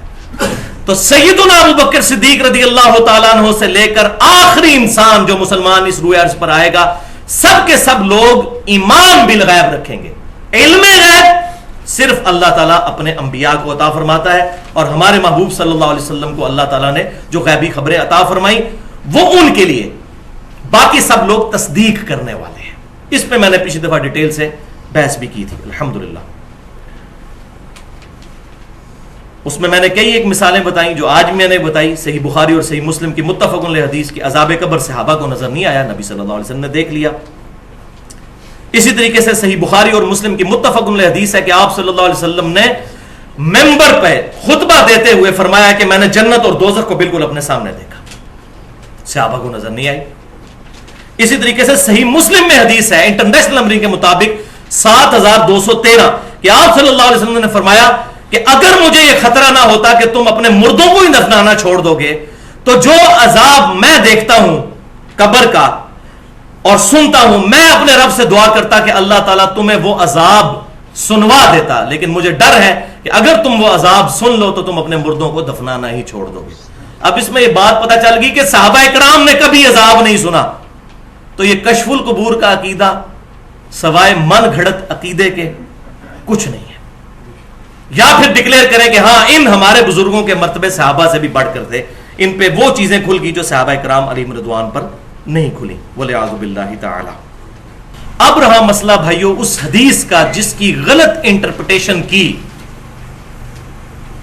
تقریباً تمام مکاتب فکر کے لوگوں نے, اور ایک غلط عقیدہ امت کے اندر پروپیگیٹ کر دیا, اور اسی کو انہوں نے کہا یہ ہے ہمارے کشف کی بنیاد, یہ والی حدیث. تو وہ میں حدیث بھی بیان کرتا ہوں, اس کی غلط انٹرپریٹیشن کی ایک ایک چیز کا جواب بھی دوں گا انشاءاللہ, اس کی صحیح اپروپریٹ ٹرانسلیشن بھی بتاؤں گا. وہ صحیح بخاری اور صحیح مسلم کی متفق علیہ حدیث ہے سیدنا عمر فاروق رضی اللہ تعالیٰ عنہ کے فضائل کے چیپٹر میں, کہ نبی صلی اللہ علیہ وسلم نے فرمایا کہ اگلی امتوں میں محدث ہوا کرتے تھے, اگر میری امت میں کوئی محدث ہوتا تو سیدنا عمر ہوتے. اور انہوں نے ترجمہ کیا کہ اگر میری امت میں کوئی محدث ہے تو وہ عمر ہے. اب یہ دو ترجمے, دونوں طرف ترجمہ جا سکتا ہے. ہم پہلے ترجمے کو کیوں ترجیح دیتے ہیں اور دوسرے کو نہیں مانتے, اس کے میں انشاءاللہ دلائل دوں گا. محدث اور محدث یہ دو ٹرم سمجھ لیجئے. ایک ہوتا ہے محدث جیسے امام بخاری تھے, امام مسلم زیر کے ساتھ, حدیث روایت کرنے والا, بات روایت کرنے والا. اور ایک ہوتا ہے محدث, دال کے اوپر زبر, جس کے دل میں بات ڈال دی جائے, تو یہ وہ لفظ ہے. اگلی امتوں میں محدث ہوا کرتے تھے, میری امت میں اگر کوئی محدث ہوتا تو وہ عمر ہوتا. وہ کہتے ہیں جی اگر ہے تو عمر ہے. اب آ جائیے ان کی انٹرپریٹیشن. یہ جو دوسرا انہوں نے ترجمہ کیا, 4 دلائل ہیں ان کے, اس پہ میں ان کو ایک ایک کر کے ایمانداری کے ساتھ اپنی آخرت کی فکر کرتے ہوئے حق بات بتاتا ہوں انشاءاللہ. تو یہ دوسری کیٹیگری کے لوگوں کو پہلے ایڈریس کروں گا جو کہتے ہیں کہ اگر کوئی محدث ہے تو عمر ہے. وہ کہتے ہیں کہ جی اگر ان کو محدث نہ مانا جائے تو یہ تو حضرت عمر کی کوئی فضیلت ہی نہ ہوئی, یہ تو ساری زبانی کلامی جمع خرچ ہو گیا کہ جی اگر ہوتا تو عمر ہوتا, تو عمر ہے بھی نہیں آپ کہتے ہیں, تو پھر یہ فضیلت تو کوئی نہ ہوئی. آن دا فیس آف آرگومنٹ بات تو ٹھیک ہے, لیکن وہ یہ بات بھول جاتے ہیں کہ اسی طرح کی ایک حدیث جامعہ ترمذی میں بھی ہے, اگر میرے بعد کوئی نبی ہوتا تو عمر ہوتا. تو نبی ہے کوئی حضور کے بعد, حضرت عمر کو نبوت ملی, تو یہ فضیلت ہے نا. اگر یہ فضیلت ہے تو وہ فضیلت بھی رہے گی. کہ اگر محدث ہوتا تو عمر ہوتا. بالکل ایک جیسی بات ہے. اچھا دوسری دلیل وہ کہتے ہیں جی اگلے نبیوں کی امتیں تو پھر اس امت سے بازی لے گئیں, ان کے عام امتیوں کو بھی اللہ تبارک و تعالیٰ وحی خفی فرماتا تھا, وہ محدث ہوتے تھے, اس امت میں کسی کو بھی نہ ملا, تو اس امت کی فضیلت ہی نہ رہی. تو یہ الحمدللہ میں نے کہا کہ اللہ تعالیٰ نے مجھ پر شرح صدر کیا ہے اس معاملے میں کہ بھائیو اس امت کی فضیلت ہی اس میں ہے کہ اس امت میں کوئی محدث نہ ہو. کیوں؟ یہ ختم نبوت کا تقاضا ہے. جس طریقے سے توحید کامل ہوئی کہ اس امت میں سجدہ تعظیمی بھی حرام ہو گیا جو اگلی امتوں میں جائز تھا, توحید کو کامل کرنے کے لیے, ختم نبوت کو کامل کرنے کے لیے, اس معاملے پہ سیل لگانے کے لیے اللہ تعالیٰ نے یہ معاملہ بھی کر دیا کہ وحی خفی جو غیر انبیاء کو ہوتی تھی وہ ختم کر دی. یہ تو فضیلت ہے اس امت کی. اور پھر ان سے پوچھیں کہ اس امت کی فضیلت تو اللہ نے خود بتا دی ہے, ان چیزوں کی وجہ سے تو فضیلت نہیں ہے, ختم نبوت کی وجہ سے فضیلت ہے, جس کی وجہ سے اللہ تعالیٰ نے وہ ٹائٹل اس امت کو دیا. سورہ آل عمران کی آیت نمبر 110 میں کنتم خیر امت اخرجت للناس تأمرون بالمعروف وتنہون عن المنکر وتؤمنون باللہ, تم سب سے بڑی بہتر امت ہو جو لوگوں کی بھلائی کے لیے نکالے گئے. تم لوگوں کو نیکی کی طرف بلاتے ہو اور برائی سے روکتے ہو اور اللہ پر ایمان لاتے ہو جیسا کہ حق ہے. یعنی ایمان لانے کا حق یہی ہے کہ نیکی کی طرف بلانا اور برائی سے روکنا. یہ ہے کنتم خیر امت اخرجت للناس, نیکی کا حکم دینا اور برائی سے روکنا یہ ہماری خوبی تھی, یہ ختم نبوت کی وجہ سے ملی. لہذا اس امت میں محدث کا نہ ہونا اس امت کی خوبی ہے. یہ تو جواب تھا جناب علمی. اب پھکی والا جواب بھی, جس کو پنجابی میں پھکی اور انگلش میں لاجیکل آنسر کہتے ہیں, اور اردو میں الزامی جواب, اور سائنٹیفک لینگویج میں میں نے اس کا نام رکھا ہے اینٹی وینم. تو پھکی والا جواب یہ ہے کہ کل کو پھر کوئی یہ بھی کہے گا کہ حضرت ابراہیم علیہ السلام کے بیٹے بھی پیغمبر تھے, ان کے پوتے بھی پیغمبر تھے, ان کے پڑپوتے بھی پیغمبر تھے. سیدنا ابراہیم علیہ السلام کے بیٹے سیدنا اسحاق علیہ السلام, ان کے بیٹے یعقوب علیہ السلام, پھر ان کے آگے سے بھی بیٹے سیدنا یوسف علیہ السلام, وہ پیغمبر تھے. اور ہمارے نبی صلی اللہ علیہ وسلم کی اولاد میں تو کوئی پیغمبر نہیں ہے, تو اب یہاں ہم پیغمبر ثابت کرنا شروع کریں گے. تو یہ ہے وہ پھکی والا جواب کہ اس امت کی خوبی یہی ہے کہ ختم نبوت کی وجہ سے یہ معاملات بینڈ. الحمدللہ. تیسری دلیل جس سے وہ دھوکہ دینے کی کوشش کرتے ہیں وہ بھی بڑی مضبوط دلیل ہے اگر عام آدمی کو پتہ نہ ہو. وہ کہتے ہیں کہ دیکھیں جی صحیح بخاری اور مسلم کی متفق علیہ حدیث ہے کہ 3 معاملات میں اللہ تعالیٰ نے سیدنا عمر فاروق رضی اللہ تعالیٰ عنہ کے مشورے پر آیات قرآن کی نازل کر دی. نمبر 1 کہ سیدنا عمر فاروق رضی اللہ تعالیٰ عنہ نے مشورہ دیا تھا کہ مقام ابراہیم کو مصلی بنایا جائے, کیونکہ آپ صلی اللہ علیہ وسلم مستجاب دیوار پر کھڑا ہوتے تھے, اور وہ جو دیوار ہے یہ آپ پاکستان سے دیکھیں تو اس کارنر پر جو ہے وہ حجر اسود ہے, اس دیوار کو مستجاب کہتے ہیں. یہاں پر حتیم ہے, یعنی حتیم کے اپوزٹ ہے مستجاب. تو یہاں آپ صلی اللہ علیہ وسلم نماز پڑھتے تھے, اس کا فائدہ یہ ہوتا تھا کہ دونوں قبلوں کی طرف منہ ہو جاتا تھا. تو سیدنا عمر نے مشورہ دیا کہ یا رسول اللہ آپ یہاں پر مقام ابراہیم پر پڑھیں تاکہ وہ دوسرے قبلے والا معاملہ الگ رہ جائے اور پرٹیکولر خانہ کعبہ شریف کی پرائورٹی ثابت ہو. تو اس پر آیت نازل ہوگی سورۃ البقرہ میں وَاتَّخِذُوا مِن مَّقَامِ إِبْرَاهِيمَ مُصَلًّى. ایک یہ چیز. دوسرا سیدنا عمر نے مشورہ دیا تھا کہ عورتوں کو پردے کا حکم دے, اس پہ آیات نازل ہوئی سورۃ الاحزاب میں سورہ نور کے اندر. اور تیسرا غزوہ بدر کے قیدیوں کے معاملے میں سیدنا عمر فاروق رضی اللہ تعالیٰ عنہ کا جو مشورہ تھا اسی کی توثیق اللہ تعالیٰ نے قرآن پاک میں نازل فرمائی. تو کہتے ہیں دیکھیں جی سیدنا عمر کو یہ کشف ہو گیا تھا. قرآن اور حدیث میں کوئی دکھا دے کسی ضعیف روایت میں کہ انہوں نے کہا کہ مجھے کشف ہوا ہے, ان کے اپنے الفاظ بخاری اور مسلم میں اسی حدیث میں ہے. وہ کہتے ہیں میں نے 3 کاموں میں اپنے رب کی موافقت کی, میں نے اپنے رب کی موافقت کی. تو یہ شرح صدر ہوا, ان کا ایکسپرٹ اوپینین تھا کہ یہ ان کے مشورے تھے وہ مان لی, اور کئی مشورے نہیں بھی مانے گئے. ایسا نہیں ہے کہ ہر مشورہ ہی مانا گیا ہے. صلح حدیبیہ کے موقع پر بخاری اور مسلم میں حدیث آتی ہے کہ سیدنا عمر راضی نہیں تھے اس صلح کے اوپر اور بڑی سختی سے مخالفت کی, اور ان سے تھوڑی سی گستاخی بھی ہو گئی جس پہ وہ بعد میں روتے تھے. وہاں حضور نے ان کی بات نہیں مانی, اور بعد میں پتا چلا کہ حضرت عمر کا مشورہ 100% غلط تھا, بلکہ الٹا اس سے اسلام کو نقصان ہو جانا تھا. وہ حضور نے نہیں مانا. تو یہ سیدنا عمر کے الفاظ ہیں کہ اللہ تعالیٰ کی میں نے موافقت کی, میرے مشورے تھے, اللہ تعالیٰ نے اس کو انڈورس کر. کشف کا لفظ کہیں نہیں آیا, الہام کا لفظ بھی اس میں نہیں آیا. چوتھی دلیل اس کانٹیکسٹ میں بڑی مشہور حدیث پیش کرتے ہیں دلائل النبوہ امام بہیقی کی کتاب سے، او جی سیدنا عمر نے سینکڑوں میل دور اپنے ایک جرنیل ساریہ کو دیکھ لیا تھا ممبر پر اور کہا تھا یا ساریۃ الجبل، اے ساریہ پہاڑ کی طرف متوجہ ہو، تو ان کو کشف ہو گیا تھا، اتنی دور انہوں نے دیکھ لیا. اور اپنی اجتہادی غلطی کی وجہ سے، منہج کی خرابی کی وجہ سے جو حدیث پہ حکم لگانے کا ہے، شیخ البانی نے بھی اس روایت کو حسن کہا، حالانکہ یہ پکی ٹھکی ضعیف روایت ہے. اس حدیث میں محمد بن اجلان ایک راوی ہیں، وہ مدلس ہیں اور ان سے روایت کر رہے ہیں، اور صحیح مسلم یہ پیٹ رول موجود ہے کہ مدلس کی ان والی روایت ضعیف ہوتی ہے جب تک وہ بتا نہ دے کہ اس نے یہ حدیث کس سے سنی ہے. سما کی تصریح کوئی ثابت نہیں ہے. اور اگر کوئی کہتا ہے جی میں نے اس اصول کو نہیں ماننا، تو اس اصول پہ پھر میں ایک حدیث بتاتا ہوں جو اکثر بتایا کرتا ہوں، آج پھر بتاؤں، کیونکہ اس کے بغیر، اس اینٹی وینم کے بغیر، اس پھکی کے بغیر اور اس لاجیکل آنسر کے بغیر، الزامی جواب کے بغیر بات سمجھ نہیں آتی. کوئی کہتا ہے اگر میں مدلس کی ان والی روایت کو ضعیف نہیں مانتا تو پھر یہ روایت جو مسند امام احمد میں بھی موجود ہے، مشکات المصابیح میں انٹرنیشنل نمبرنگ کے مطابق 4902 نمبر حدیث ہے، مفاخرت اور عصبیت کے بیان میں آپ صلی اللہ علیہ وسلم کی حدیث ہے جو لکھی ہوئی ہے، ویسے ثابت نہیں ہے. وہ الفاظ کیا ہے کہ فرمایا کہ جو شخص اپنے جاہلی نسب پر فخر کرے اسے کہو کہ اپنے باپ کا عضو تناسل کاٹ کے اپنے منہ میں رکھ لو، اور یہ بات اس سے کنائے سے نہ کرو، ڈائریکٹ کہو کہ اپنے باپ کی شرم کا کاٹ کے اپنے منہ میں رکھ لے کہ تو اپنے باپ کے نسب پہ فخر کرتا ہے. یہ نبی صلی اللہ علیہ وسلم کی طرف منسوب مسند امام احمد میں. تو آپ مان سکتے ہیں کہ حضور ایسی بات کریں؟ آپ صلی اللہ علیہ وسلم وَإِنَّكَ لَعَلَىٰ خُلُقٍ عَظِيمٍ، اخلاق کے بلند ترین درجے پر فائز. اور بخاری اور مسلم کی متفق علیہ حدیث کہ آپ صلی اللہ علیہ وسلم میں کنواری لڑکیوں سے زیادہ شرم و حیا موجود تھی. آپ کیسے ہی بات کر سکتے تھے؟ ہو ہی نہیں سکتا. اس حدیث میں حسن بصری مدلس ہیں اور ان سے روایت کر رہے ہیں، اور حسن بصری تو محمد بن اجلان سے ہزاروں گنا بڑے امام ہیں اور تابعی ہیں، 70 صحابہ کی صحبت کرنے والے ہیں، لیکن مدلس ہیں، ان سے روایت کر رہے ہیں. اصول محدثین پہ یہ روایت بھی ضعیف ہے.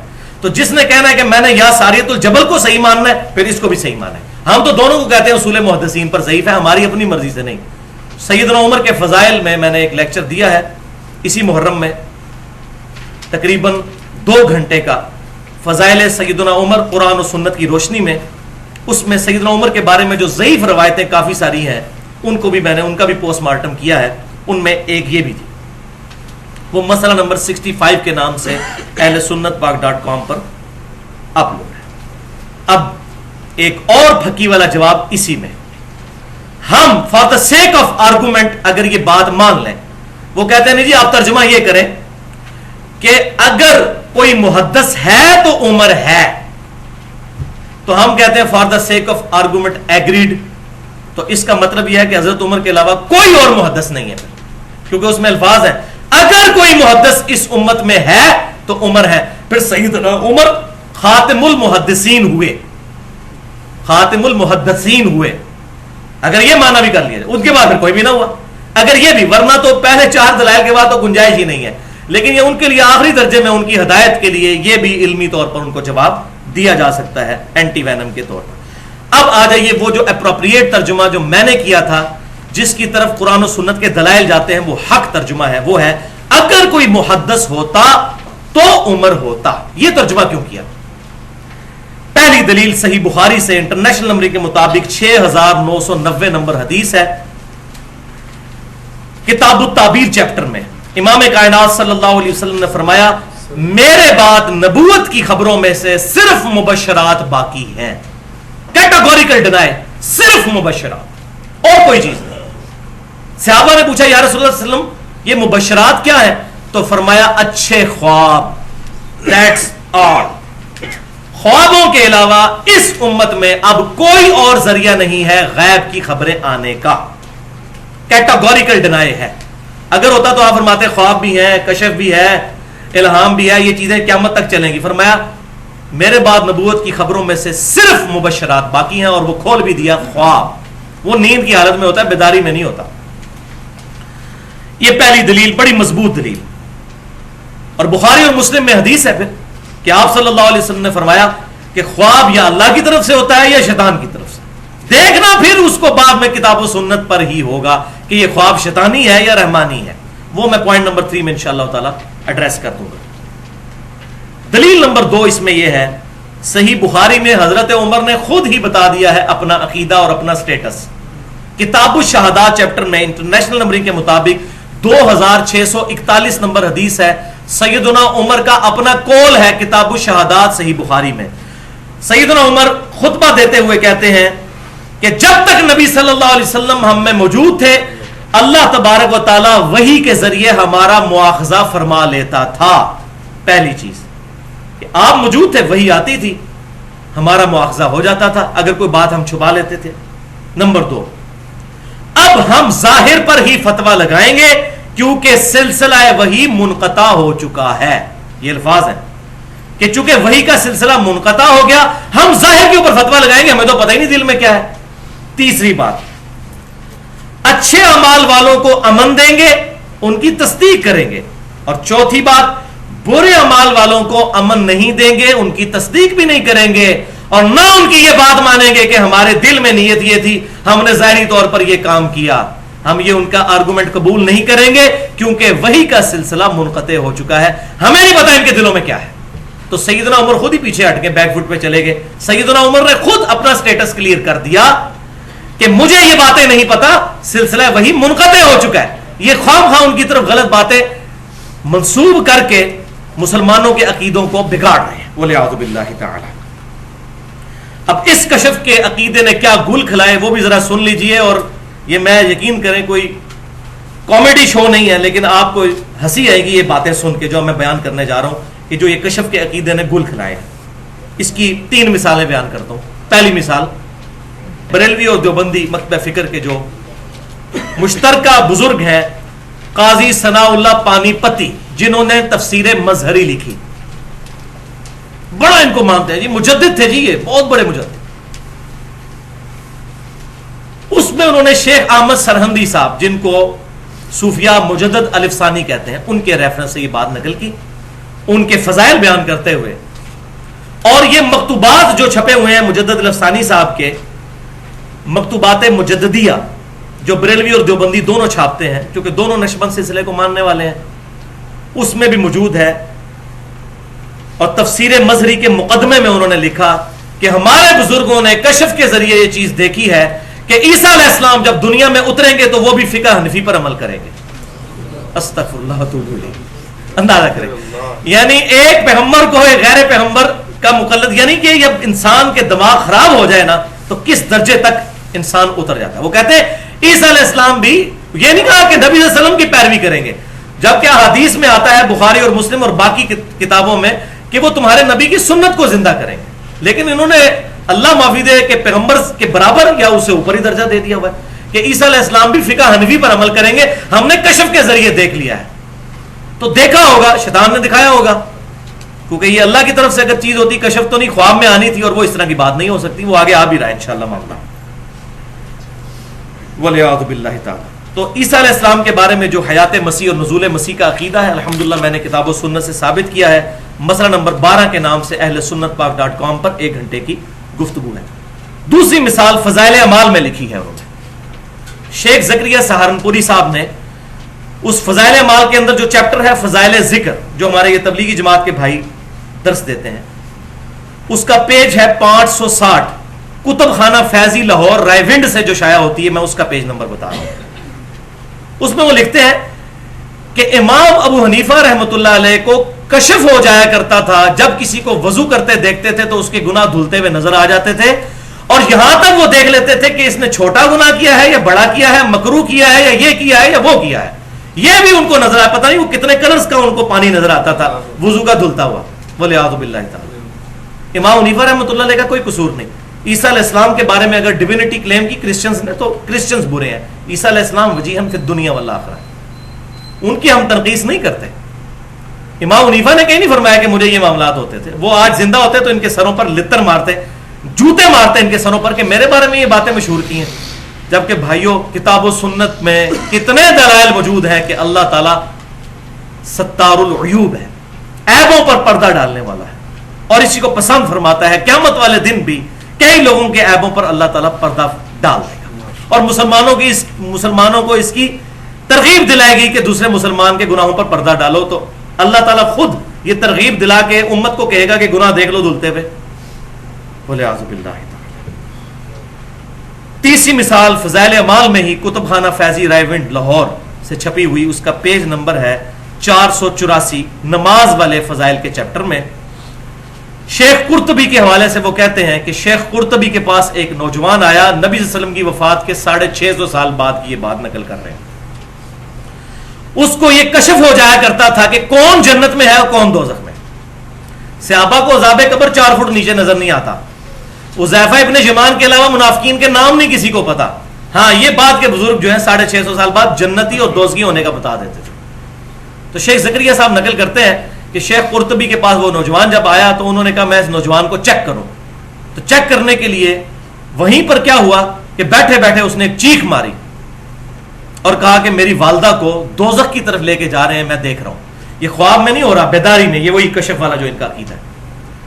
تو شیخ قرطبی کہتے ہیں کہ میں نے دل ہی دل میں 70,000 دفعہ کلمہ جو پڑھ کے سٹوریج میں رکھا ہوا تھا فریزر کے اندر، وہ میں نے TCS کروا دیا ان کو، اس کی والدہ کو. اس کو نہیں میں نے بتایا، اصالہ ثواب کر دیا دوسرے معنوں میں جو یہ کہتے ہیں. کہتے ہیں جب اصالہ ثواب کیا تو اس نے وہیں ہنسنا شروع کر دیا اور کہا شیخ میری والدہ کو آپ جنت کی طرف لے کر جا رہے ہیں. تو وہ شیخ قرطبی کہتے ہیں کہ اس واقعے سے مجھے 2 چیزوں کی اتھینٹسٹی کا پتہ چل گیا.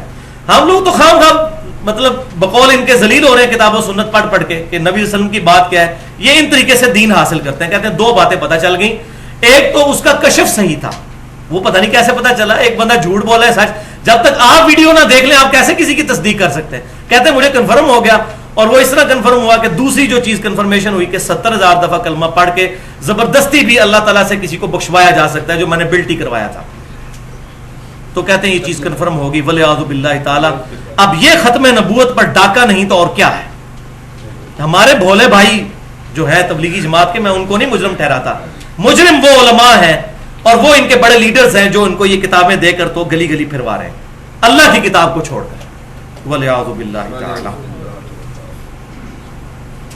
اسی طریقے سے کشف المحجوب والا جو واقعہ ہے وہ دونوں میں پہلے بتا چکا کہ بازید بستامی کا دعویٰ علی بن عثمان اجویری نے نقل کیا کہ انہوں نے جب تیسری دفعہ حج کیا تو اللہ تعالیٰ کو بھی دیکھ لیا. اور کہتے ہیں کعبہ نہیں دیکھا، ہاں کعبے کے مالک کو وہاں پر دیکھ لیا. ولیعوذ باللہ. تو میرے 3 ریسرچ پیپرز اس پہ چھپ چکے ہیں. پہلا ریسرچ پیپر ہے قبروں سے فیض کے عقیدے کا تحقیقی جائزہ، جس میں 8 اسی قسم کے واقعات ہیں. اہل سنت پاک.com پر 3 MB کی فائل ہے، 4 صفحوں پر وہ اپلوڈ ہے.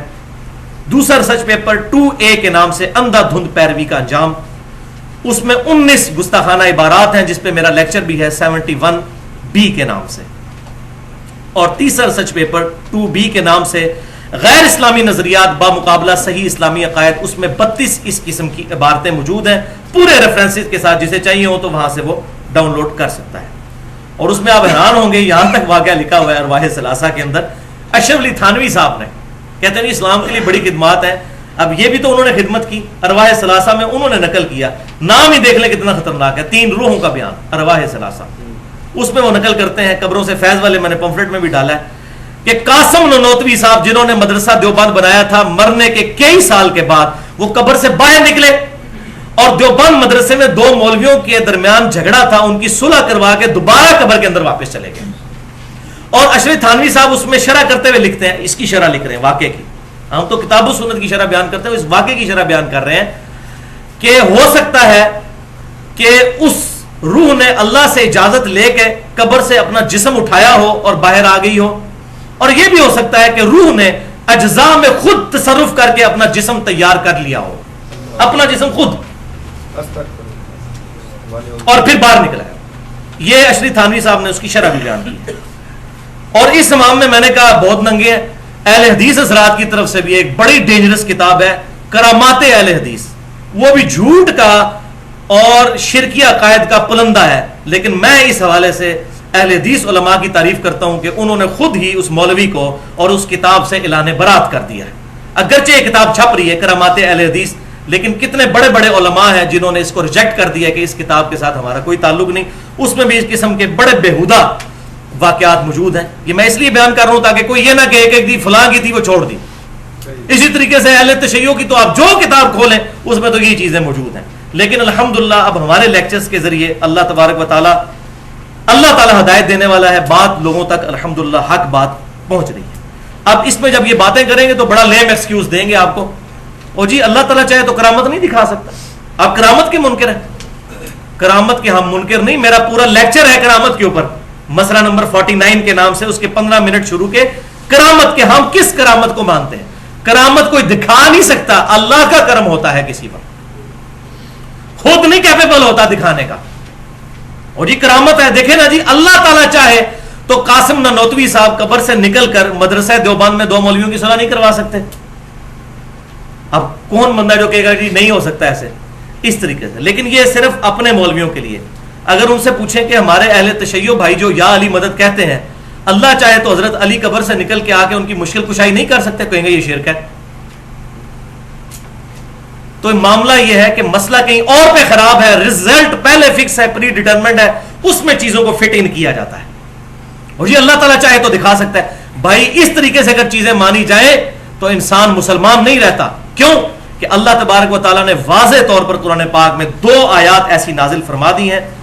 وَلِعَوْذُ بِاللَّهِ تعالیٰ, یہاں پر اگر میں ایک جملہ بولوں کہ پھر کوئی یہ شخص یہ بھی جرأت کر سکتا ہے کہ اللہ تعالیٰ چاہے تو بیوی رکھ سکتا ہے, جبکہ اللہ تعالیٰ فرما رہا ہے لم یلد ولم یولد ولم یکن لہ کفوا احد. اللہ کا چاہنا آپ نے اپنی مرضی سے کیسے طے کر دیا؟ تو یہ 2 آیات یاد رکھیں جس کے تحت میں سمجھتا ہوں کہ ایسے عقیدوں کو اللہ کی طرف اپنی مرضی سے کرامت کہہ کے منسوب کرنا کفر ہے. پہلی آیت سورۃ النساء اور سورۃ المائدہ دونوں میں موجود ہے, یا اہل الکتاب لا تغلوا فی دینکم ولا تقولوا علی اللہ الا الحق. اہل کتاب, اللہ تعالیٰ کے اپنے دین کے معاملے میں غلو نہ کرو, اور اپنے رب کے بارے میں, اللہ کے بارے میں کوئی ایسی بات نہ کرو جو حق پر مبنی نہیں ہے, صرف حق بات کرو. اور دوسری آیت جو 24ویں پارے کی شروع میں آیت ہے, فمن اظلم ممن کذب علی اللہ, اور یہ مضمون کئی دفعہ آیا, سورہ زمر کی آیت نمبر 32 ہے. اس سے بڑھ کر ظالم اور گناہگار شخص اور کوئی نہیں ہو سکتا جو اللہ پر اپنی مرضی سے جھوٹ تھوپ دے. سورۃ الانبیاء کی 95 نمبر آیت میں ہے, جو مر گیا قیامت تک دنیا میں واپس نہیں آئے گا.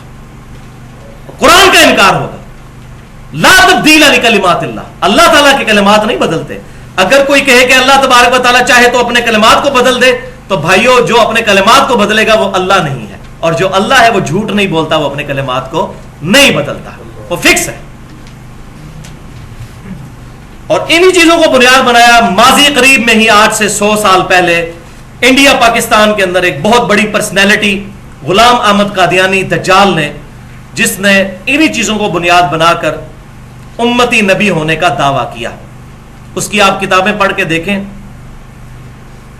روحانی خزائن, کشتی نوح اور حقیقت الوحی, یہ بھی ایک کتاب ہے. اس میں اس نے کہا کہ یہ جتنے دعوے میں کر رہا ہوں یہ پچھلے سارے صوفیاء کرتے آئے ہیں, اگر میں نے کر لیا تو میں نے کون سا جرم کیا ہے؟ اور دیو جواب انہوں, آؤ میدان جواب دیو. تو میں اس میں ایک جملہ بولا کرتا ہوں کہ غلام احمد قادیانی نے شراب کو شراب پی کر کہا کہ میں نے شراب پی, اور ان لوگوں نے وہی غلط اور گندی چیزیں اپنے عقائد پروپیگیٹ کیے, لیکن کہا یہ شراب نہیں انگوروں کا جوس ہے شراب ہی تھی, لیکن فتوے سے بچ گئے. کسی نے کلمہ پڑھوایا لا الہ الا اللہ چشتی رسول اللہ, لا الہ الا اللہ اشرف علی تھانوی رسول اللہ, یہ کلمے پڑھائے اور کہا یہ معرفت کی باتیں ہیں, ہم پیغمبر ہونے کا دعویٰ نہیں کرتے. بولے اعوذ باللہ تعالی. اور اسی پر میرا وہ لیکچر ہے, مسئلہ نمبر 71B, انڈیا پاکستان کے بزرگوں کی 19 گستاخانہ عبارات کا تحقیقی جائزہ. اب آ جائیے جناب آخری پوائنٹ کی طرف, اور وہ ہے خوابوں سے متعلق. ایک دفعہ دروشی پڑھ لیجئے. اللہم صلی علی محمد وعلی آل محمد کما صلیت علی ابراہیم وعلی آل ابراہیم انک حمید مجید. اللہم بارک علی محمد وعلی آل محمد کما بارکت علی ابراہیم وعلی آل ابراہیم انک حمید مجید. پوائنٹ نمبر 3 ہے تیسری اصطلاح سے ریلیٹڈ, اور وہ ہے رؤیا. عربی میں کہتے ہیں خواب کو رؤیا, اور اس میں بھی پرٹیکولر دیدار مصطفیٰ صلی اللہ علیہ وسلم کے بارے میں ایڈریس کروں گا. جو ایکسٹریم رویے پائے جاتے ہیں ہر طرف سے, درمیان کی راہ اس معاملے میں کیا ہے وہ میں انشاءاللہ بیان کروں گا. تو الہام کے بارے میں تو عقیدہ تھا کہ اللہ تبارک و تعالیٰ دل پر القاء کر دیتا ہے، کسی کو شرح صدر کر دیتا ہے. کشف کے بارے میں تھا کہ وہ نیند اور بیداری کے درمیان کی کوئی کیفیت ہوتی ہے. اور یہ پرٹیکولر اس پر تو سب متفق ہیں، اور الحمدللہ ہم نے احادیث بھی سن لی شروع میں دوسرے پوائنٹ میں کہ خواب ایک ذریعہ ہے اب قیامت تک غیبی خبروں کا، بخاری اور مسلم کی متفق علیہ حدیث کے تحت. یہ نیند کی حالت میں ہوتی ہے اور خواب کے ایکسپیرینس سے ہر انسان گزرتا ہے. خواب اللہ تعالیٰ نے ایک ایسی چیز رکھی ہے جس کی وجہ سے اللہ تعالیٰ انسان کو یہ میسج دینا چاہتا ہے کہ جس طریقے سے انسان جب خواب دیکھتا ہے اور اٹھ جاتا ہے تو کہتا ہے کہ یہ جو زندگی میں نے گزاری خواب کی حالت میں یہ تو خواب تھا، اصل زندگی تو یہ ہے. بالکل اس طریقے سے ایک آخرت کی اصل زندگی آنے والی ہے جس کو اس زندگی کے ساتھ وہی نسبت ہے جو اس زندگی کو خواب کے ساتھ، کہ جب وہ قیامت کا دن آئے گا تو انسان کہے گا ہائے اصل زندگی تو یہ تھی. تو یہ دنیا میں اللہ تعالیٰ نے ایک ایکسپیرینس کروا دیا، اور یہ اللہ تعالیٰ کا ایک طریقہ ہے. اللہ تعالیٰ نے ایک انسٹیٹیوٹ بنایا ہے، ایک موڈ آف نالج ہے، ایک ورچوئل تمثیلی طریقہ ہے لوگوں تک غیب کی خبریں پہنچانے کا اور ان کی اصلاح کرنے کا. شیطانی بھی ہو سکتا ہے، رحمانی خواب بھی ہوتے ہیں. اور اس میں یہ بھی بات یاد رکھیے، اکثر ہم خواب میں اپنے قریبی رشتہ داروں کو دیکھتے ہیں جو زندہ ہیں، لیکن اگر آپ صبح اٹھ کر انہی رشتہ داروں سے پوچھیں کہ جناب ابو جان آپ رات کو خواب میں مجھے آئے تھے، تو ان کو نہیں پتا ہوتا کہ میں آیا تھا. تو آپ خواب میں یہ جو اکثر لوگ کہتے ہیں نا پیر صاحب آگے فجر کے ٹائم جگا جاتے ہیں، تو پیر صاحب کو پوچھیں ان کو نہیں پتا ہوتا. یہ تمثیلی سارے معاملات ہوتے ہیں. ہوتے شیطان آ جائے، اللہ تبارک و تعالیٰ کی طرف سے کوئی معاملہ ہو جائے. تو یہ جو کہتے ہیں نا پیر صاحب آ کے جگاتے ہیں، تو ان کو کہ اسی ٹائم پیر صاحب کو فون کریں کہ آپ رات کو کدھر تھے، تو اگر بتا جائیں تو پھر ہمیں پکڑ لیں آ کے. تو یہ تمثیلی معاملات ہوتے ہیں، انسان سوچتا رہتا ہے اور یہ معاملات انسان کے ساتھ ایسے ہوتے ہیں. تو ایک پورا اللہ تبارک و تعالیٰ کا ایک سمجھ لیں محکمہ ہے. ہاں انبیاء اکرام علیہ السلام کے خواب ڈیفینیٹ وہی ہوتے ہیں، اس میں کوئی شک ہی نہیں ہے، اور قرآن پاک اس پر گواہ ہے. کئی ایک جگہوں میں آیات قرآن پاک میں موجود ہیں. آپ کے پیپر کے اوپر آخری دو جو آیات کراس ریفرنس کے طور پر ہیں، آیت نمبر 11 اور 12 سورہ الصافات کی آیت نمبر 102. بسم اللہ الرحمن الرحیم. ابراہیم علیہ السلام کا ذکر ہو رہا ہے کہ وہ اپنے بیٹے سے گفتگو کرتے ہوئے کہتے ہیں قال یا بنی انی ارا فی المنام، اے میرے بچے میں نے خواب میں دیکھا ہے انی اذبحک فانظر ماذا ترى، کہ میں تجھے ذبح کر رہا ہوں، اب بتا کہ تیری کیا رائے ہے. قال یا ابت افعل ما تؤمر، فرما بردار بچے نے کہا اے ابا جان کر گزریے جو آپ کے رب نے آپ کو حکم دیا ہے. اللہ اکبر. ستجدنی انشاءاللہ من الصابرین، ان قریب آپ مجھے صابرین میں سے پائیں گے. اب ایک بچے کو ذبح کرنا یہ اتنا بڑا ایکٹ ہے، بغیر وحی کے ممکن نہیں ہے. اور یہ آیا کہ قرآن پاک میں اللہ تعالیٰ نے فرما دیا انی ارا فی المنام، میں نے خواب میں دیکھا ہے. لہذا نبی کا خواب ایگزیکٹ وہی ہوتا ہے. لہذا جو ہمارے پیغمبر صلی اللہ علیہ وسلم نے جامع ترمذی کا میں نے حوالہ دیا 3235 نمبر حدیث جو بالکل صحیح حدیث ہے، جسے امام بخاری نے بھی توثیق کی، امام ترمذی نے بھی توثیق کی، شیخ البانی نے بھی توثیق کی، شیخ زبیر علی زئی صاحب نے بھی توثیق کی کہ نبی صلی اللہ علیہ وسلم نے خواب میں اللہ کو دیکھا. تو وہ بالکل وحی الہی. دوسرا ہمارے پیغمبر صلی اللہ علیہ وسلم کے بارے میں یہ سورہ الفتح کی آیت نمبر ہے 27. لقد صدق اللہ رسولہ الرؤیا بالحق، بے شک اللہ تعالیٰ نے سچا کر دکھایا اپنے رسول کا خواب کہ بے شک تم ضرور داخل ہوگے مسجد حرام میں امن کی حالت میں. یہ نبی صلی اللہ علیہ وسلم کو خواب دکھایا گیا تھا اور وہی ہوا. صلح حدیبیہ کے موقع پر تو نہ جا سکے، لیکن اس سے اگلے سال اللہ تعالیٰ نے 3 دن کے لیے مکہ شریف کفار مکہ نے چھوڑ دیا اور صحابہ کرام نے اور نبی صلی اللہ علیہ وسلم نے اللہ تعالیٰ کے اذن سے وہاں پر جا کر عمرہ ادا کیا اور وہ خواب سچا کر دکھایا. اب یہاں پر بڑی اہم بات کہ ختم نبوت کے بعد اب قیامت تک کے لیے صرف ایک ذریعہ ہے غیبی خبروں کا، اور وہ ہے خواب. اکلوتی شکل جو میں پہلے حدیث بیان کر چکا صحیح بخاری سے، انٹرنیشنل نمبر کے مطابق 6990 کہ نبوت کی خبروں میں سے اب صرف خواب باقی ہیں، مبشرات باقی ہیں، اور پھر فرمایا یہ خواب ہے. دوسری حدیث صحیح بخاری اور صحیح مسلم کی متفق علیہ حدیث ہے کہ مومن کا خواب نبوت کی خبروں کا 46واں حصہ ہے. مومن کا خواب، انبیاء کا تو خواب ہے ہی ہے، مومن کا خواب بھی. اس خواب کے ذریعے اللہ تعالیٰ مستقبل کی خبر بھی دے سکتا ہے اور دین کا کوئی مسئلہ بھی بتا سکتا ہے، لیکن اس میں خواب حجت نہیں ہوں گے، کتاب و سنت پر پیش کیا جائے گا. مستقبل کی خبر کسی کو خواب میں دکھائی جا سکتی ہے، لیکن وہ جب تک خبر واقع نہ ہو جائے کوئی کہہ نہیں سکتا کہ یہ بات ٹھیک تھی. وہ ہونے کے بعد پتہ چلے گا. مثال کے طور پہ میں آپ کو اپنا پرسنل ایک واقعہ بتاتا ہوں. اگست 2005 کی بات ہے، یعنی تقریباً 8 سے سمجھ لیں 7-8 سال پہلے کی، کہ میں نے خواب میں دیکھا کہ اللہ تعالیٰ نے مجھے ایک بیٹی دی ہے اور مجھے وہ اس کی شکل بھی پورا فیچرز دکھائے گئے خواب میں، اگست 2005 میں.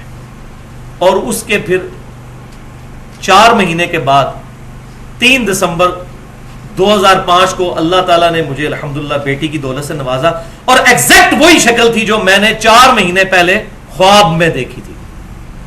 اب وہ جب تک واقعہ نہ ہو جاتا، میں نے بیٹی دیکھی تھی، بیٹا پیدا ہو جاتا تو میرا خواب غلط ہوتا، اور پھر شکل بھی وہی. تو اس چیز سے اب کنفرم ہو گیا کہ یہ غیبی خبر تھی. اس طرح آپ کے ساتھ بھی کئی معاملات ہوئے ہوں گے.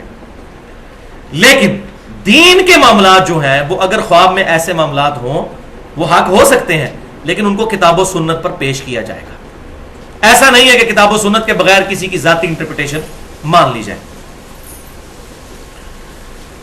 صحیح بخاری اور صحیح مسلم کی متفق علیہ حدیث ہے کہ اچھے خواب اللہ کی طرف سے ہیں اور برے خواب شیطان کی طرف سے ہیں. جب تم میں سے کوئی اچھا خواب دیکھے تو اللہ کا شکر ادا کرے اور پسندیدہ شخص سے بیان کرے، یعنی جو اس سے جیلس نہ ہوتا ہو اس کو بیان کرے. اور جو کوئی ناپسندیدہ خواب دیکھے تو اس کا ذکر کسی سے نہ کرے، اللہ کے حضور پناہ طلب کرے اور اپنے بائیں طرف 3 دفعہ تھوک دے. فزیکلی نہیں تھوکنا، بس اسی طرح یوں کرتے رہے. اور بخاری اور مسلم میں اسی کانٹیکسٹ میں محمد بن سیرین تابعی جو امام حنیفہ رحمۃ اللہ علیہ کے استاد ہیں اور 70 صحابہ کی انہوں نے صحبت کی، المتوفی 110 ہجری، ان کا قول موجود ہے. وہ فرماتے ہیں کہ خواب 3 قسم کے ہیں، ایک اللہ کی طرف سے، دوسرا شیطان کی طرف سے، اور تیسرا نفسانی جو خیالات ہیں. نبی صلی اللہ علیہ وسلم نے فرمایا 2 قسم، اور وہ جو نفسانی خیالات ہیں وہ بیسیکلی شیطانی خواب ہی ہوتے ہیں، کیونکہ یہ نفس میں بھی شیطان ہی پھونکے مارتا ہے. تو یہ انٹرپریٹیشن بڑی زبردست ہے ابن سیرین کی، مجھے بڑی پسند آئی، کیونکہ اکثر اوقات جو انسان دن میں سوچتا رہتا ہے اور اس کے متعلق خواب بھی بعض اوقات انسان کو آ جاتا ہے. امام بخاری رحمۃ اللہ علیہ نے ایک پورا باب باندھا ہے، پورا چیپٹر ہے کتاب التعبیر کے نام سے، جس میں 60 احادیث ہیں خوابوں اور اس کی تعبیر سے متعلق. اور امام مسلم کی کتاب میں بھی کتاب الرؤیا ایک چیپٹر ہے جس میں 42 احادیث ہیں. اور بخاری اور مسلم کی تقریباً ساری احادیث ہی متفق علیہ ہیں سوائے اکا دکا کے، خوابوں کے پوائنٹ آف ویو سے الحمدللہ. اور انہی چیپٹرز میں حضور صلی اللہ علیہ وسلم کے کئی خواب موجود ہیں، اور آپ صلی اللہ علیہ وسلم جو صحابہ کو خوابوں کی تعبیر فرمایا کرتے تھے. صحیح بخاری میں حدیث ہے فجر کی نماز کے بعد آپ صلی اللہ علیہ وسلم پوچھا کرتے تھے، کسی نے خواب دیکھا، پھر اس خواب کی تعبیر بھی بیان فرمایا کرتے تھے. وہ ساری چیزیں موجود ہیں لیکن ابھی ٹائم نہیں کہ میں ان کو بیان کروں. تو نبی صلی اللہ علیہ وسلم نے کئی خواب خود بھی دیکھے، صحابہ کے خوابوں کی تعبیریں بھی ارشاد فرمائیں. ایک تو میں نے خواب بتا دیا وہ دیدار والا، اس کے علاوہ کئی ایک خواب ہیں جو کبھی ٹائم ملا تو اس پہ پورا لیکچر دیا جا سکتا ہے. بخاری اور مسلم کی 100 حدیثیں تقریباً بن جاتی ہیں خوابوں کے اوپر. یہاں پر میں ایک بات بتا دوں کہ محمد بن سیرین تابعی رحمۃ اللہ علیہ المتوفی 110 ہجری، ان کے بارے میں ایک کتاب مشہور ہے جو بازار میں ملتی ہے، کتاب التعبیر کے نام سے، تعبیر الرؤیا کے نام سے. وہ جعلی کتاب ہے، وہ محمد بن سیرین سے ثابت ہی نہیں ہے صحیح سند کے ساتھ. اس میں کئی باتیں ٹھیک لکھی ہوئی ہیں، وہ احادیث بخاری اور مسلم میں موجود ہے. میں یہ نہیں کہہ رہا کہ اس میں جو کچھ لکھا ہے وہ غلط ہے، لیکن جو ان کے حوالے سے کچھ تشریحات ہیں ان کی اتھینٹسٹی ان تک نہیں ثابت ہوتی. اب آ جائیے بھائیوں اس بات کی طرف کہ کیا خواب میں امام کائنات سید الاولین والآخرین شفیع المذنبین رحمت للعالمین سیدنا و مولانا امام اعظم محمد رسول اللہ صلی اللہ علیہ وسلم کی زیارت ہو سکتی ہے یا نہیں؟ اس میں 2 حدیثیں ہیں جن کو میں ڈسکس کروں گا اور پھر ہمارا یہ لیکچر مکمل ہو جائے گا. بالکل بالکل زیارت ہو سکتی ہے. پہلی حدیث صحیح بخاری اور مسلم کی متفق علیہ حدیث ہے. صحیح بخاری میں انٹرنیشنل نمبرنگ کے مطابق 6996 اور 110 اور صحیح مسلم میں 5919 کہ آپ صلی اللہ علیہ وسلم نے فرمایا جس شخص نے مجھے خواب میں دیکھا تو بے شک اس نے مجھی کو دیکھا. شیطان میری شکل کی مثال اختیار نہیں کر سکتا. میری شکل میں جس نے مجھے دیکھا اس نے مجھی کو دیکھا. میری شکل کو شیطان اختیار نہیں کر سکتا.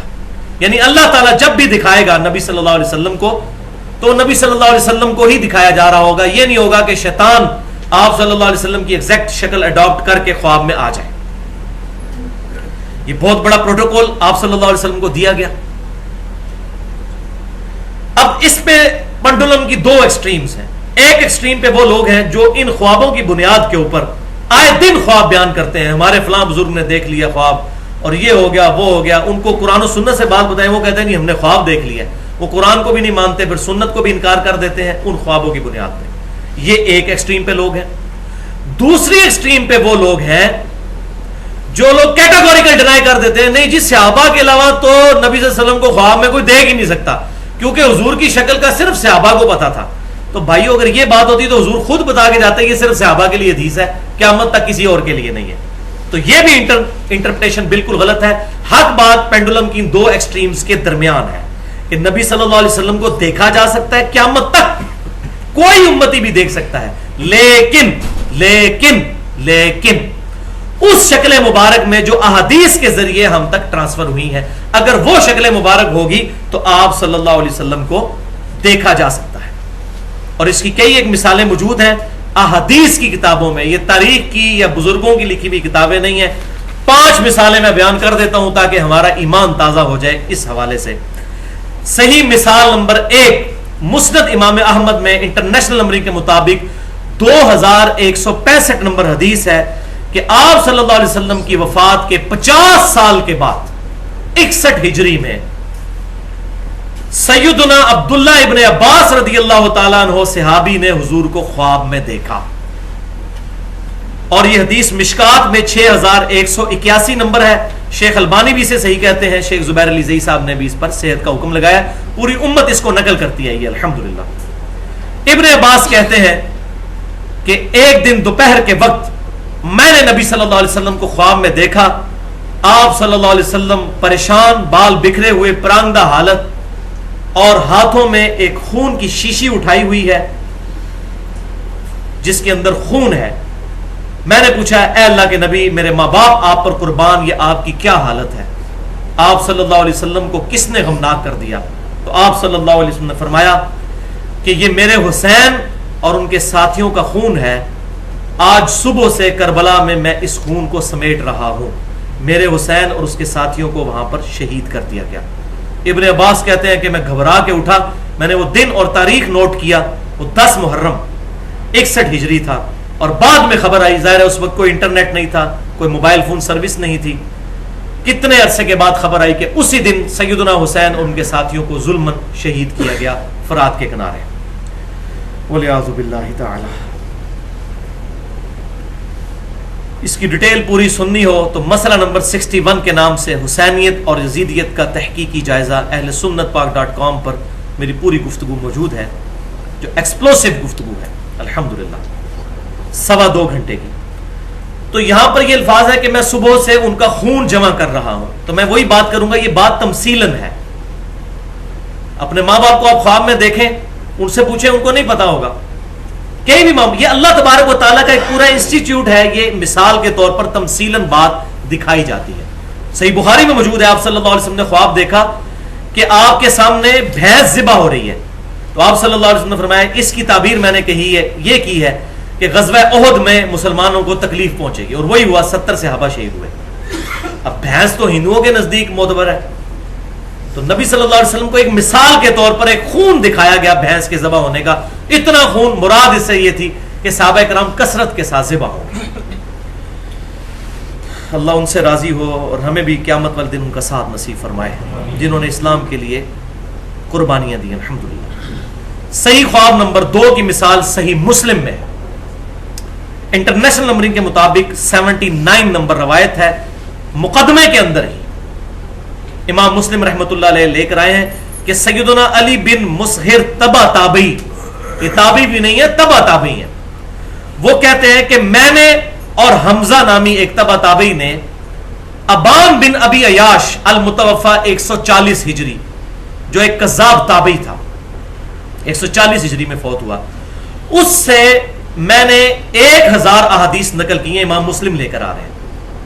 وہ کہتے ہیں بعد میں اپنے کلاس فیلو جب حمزہ کو ملا تو میں نے اس سے ذکر کیا کہ ہم نے اس سے جو احادیث نقل کی، تو حمزہ نے بتایا کہ بھائی میرے، مجھے نبی صلی اللہ علیہ وسلم کی خواب میں زیارت ہوئی اور میں نے ابان بن ابی عیاش سے سنی ہوئی 1000 حدیثیں حضور کے سامنے زبانی پڑھی خواب میں، حضور نے صرف 5 یا 6 حدیثوں کی تصدیق کی، باقی سب کے بارے میں فرمایا یہ میری حدیثیں نہیں ہیں۔ یہ کہتے نہیں حدیث تو حدیث ہوتی ہے، وہی ڈگری تو ڈگری ہوتی ہے، چاہے جعلی ہو یا اصلی، وہ جو پاکستانی سیاستدان کہتے ہیں حدیث تو حدیث ہوتی ہے چاہے جعلی ہو یا اصلی، کتابوں میں تو آ گئی نا۔ یہ سن لیں، صحیح مسلم کی پہلی حدیث ہی مقدمے میں یہ ہے کہ جس نے میری طرف جھوٹی حدیث منسوب کی وہ اپنا مقام دوزخ میں دیکھ لے، وَلِعَاذُ بِاللَّهِ تعالیٰ۔ اور یہ بخاری میں بھی حدیث ہے، اس میں میرا پورا لیکچر ہے مسئلہ نمبر 36 کے نام سے، 1.5 گھنٹے کی گفتگو، ضعیف الاسناد اور من گھڑت احادیث کے فتنے کا تحقیقی جائزہ، اس میں نے کئی ایک مثالیں اس کی بیان کی۔ یہ ابان بن ابی عیاش وہی راوی ہے، یہ وہی خبیث ہے جس کو اہل سنت اور اہل تشیع دونوں کذاب کہتے ہیں، اور پھر وہی ہمارے اہل تشیع میں سے رافضی جو ہیں وہ اسی کی روایت پیش کرتے ہیں جی سیدنا عمر نے حضرت فاطمہ کے گھر کو آگ لگا دی تھی، وَلِعَاذُ بِاللَّهِ تعالیٰ۔ اس حدیث میں بھی راوی یہ ابان ہے، یہ وہ خبیث راوی ہے، کذاب جھوٹا، ابان بن ابی عیاش۔ تیسری مثال خواب کی، سنن ابی داؤد میں انٹرنیشنل نمبر کے مطابق 5077 نمبر، سنن ابن ماجہ میں 3867 اور سنن نسائی الکبریٰ کے اندر بھی موجود ہے 9855۔ حماد تابعی کہتے ہیں کہ میں نے ابو عیاش رضی اللہ تعالیٰ عنہ سے ایک حدیث سنی، اور یہ ریفرنس الحمدللہ ہمارے اذکار والے کارڈ پہ بھی موجود ہے، صبح شام کے جو اذکار والا کارڈ ہے اہل سنت پاک.com پہ وہ رکھا ہوا ہے۔ کہتے ہیں میں نے حدیث سنی ابو عیاش رضی اللہ تعالیٰ عنہ سے، حماد تابعی کہتے ہیں کہ آپ صلی اللہ علیہ وسلم نے فرمایا جس شخص نے صبح کے وقت ایک دفعہ پڑھ لیا لا الہ الا اللہ وحدہ لا شریک لہ لہ الملک ولہ الحمد وہو علی کل شیء قدیر، تو شام تک اللہ تعالیٰ اس کی شیطان سے حفاظت فرمائے گا، نمبر 1۔ نمبر 2، اس کو ایک غلام آزاد کرنے کا، اور وہ بھی اسماعیل علیہ السلام کی اولاد سے، ثواب عطا فرمائے گا۔ نمبر 3، اس کے 10 درجات بلند کر دے گا۔ نمبر 4، اس کے 10 گناہوں کو معاف کر دے گا، اور نمبر 5، اسے 10 نیکیاں عطا فرمائے گا۔ اب یہ 5 فضیلتیں ایک دفعہ یہ پڑھنے کی، اور جو شام کے وقت کرے گا تو صبح تک اللہ تعالیٰ اس کو محفوظ قلعے میں رکھے گا، اور یہی ساری فضیلتیں ہوں گی۔ اب اتنی بڑی فضیلت، حماد تابعی کہتے ہیں کہ نبی صلی اللہ علیہ وسلم کی مجھے زیارت ہوئی تو میں نے کہا یا رسول اللہ یہ آپ کی حدیث ہے، مجھے کنفرم کر دیجئے۔ دیکھیں ان لوگوں کو ہمیشہ نیکیوں کی فکر ہوتی تھی کہ اتنی بڑی فضیلت ہے، یہ حدیث صحیح ہے یا ضعیف ہے؟ تو آپ صلی اللہ علیہ وسلم نے فرمایا ابو عیاش نے سچ کہا، یہ میری ہی حدیث ہے الحمدللہ، اور اصول محدثین پر بھی حدیث صحیح ہے الحمدللہ۔ امام داؤد، امام نے ماجہ، امام نسائی تینوں نے نقل کیا۔ چوتھی مثال صحیح خواب کی، مسند امام احمد میں 3410 نمبر حدیث، اور شمائل ترمذی جو امام ترمذی کی ہے انٹرنیشنل نمبر کے مطابق 412 نمبر، جو میں نے داڑھی والے لیکچر میں بھی بیان کی کہ یزید الفارسی تابعی جو تھے، یہ وہ یزید ابن معاویہ نہیں ہے، یہ ایک تابعی ہیں جو مصحف لکھا کرتے تھے، قرآن کے کاتب تھے، ابن عباس کے شاگرد ہیں، اور ابن عباس سے انہوں نے کئی احادیث نقل کی ہیں۔ وہ کہتے ہیں کہ ایک رات میں نے خواب میں نبی صلی اللہ علیہ وسلم کی زیارت کی، اور آ کے اپنا خواب پھر ابن عباس سے بیان کیا۔ شمائل ترمذی کا جو آخری چیپٹر ہے خواب میں حضور کو دیکھنے کا بیان، اس میں یہ 412 نمبر حدیث ہے، 417 ٹوٹل حدیث ہیں، 412 نمبر یہ ہے، اور مسند امام احمد میں بھی موجود ہے۔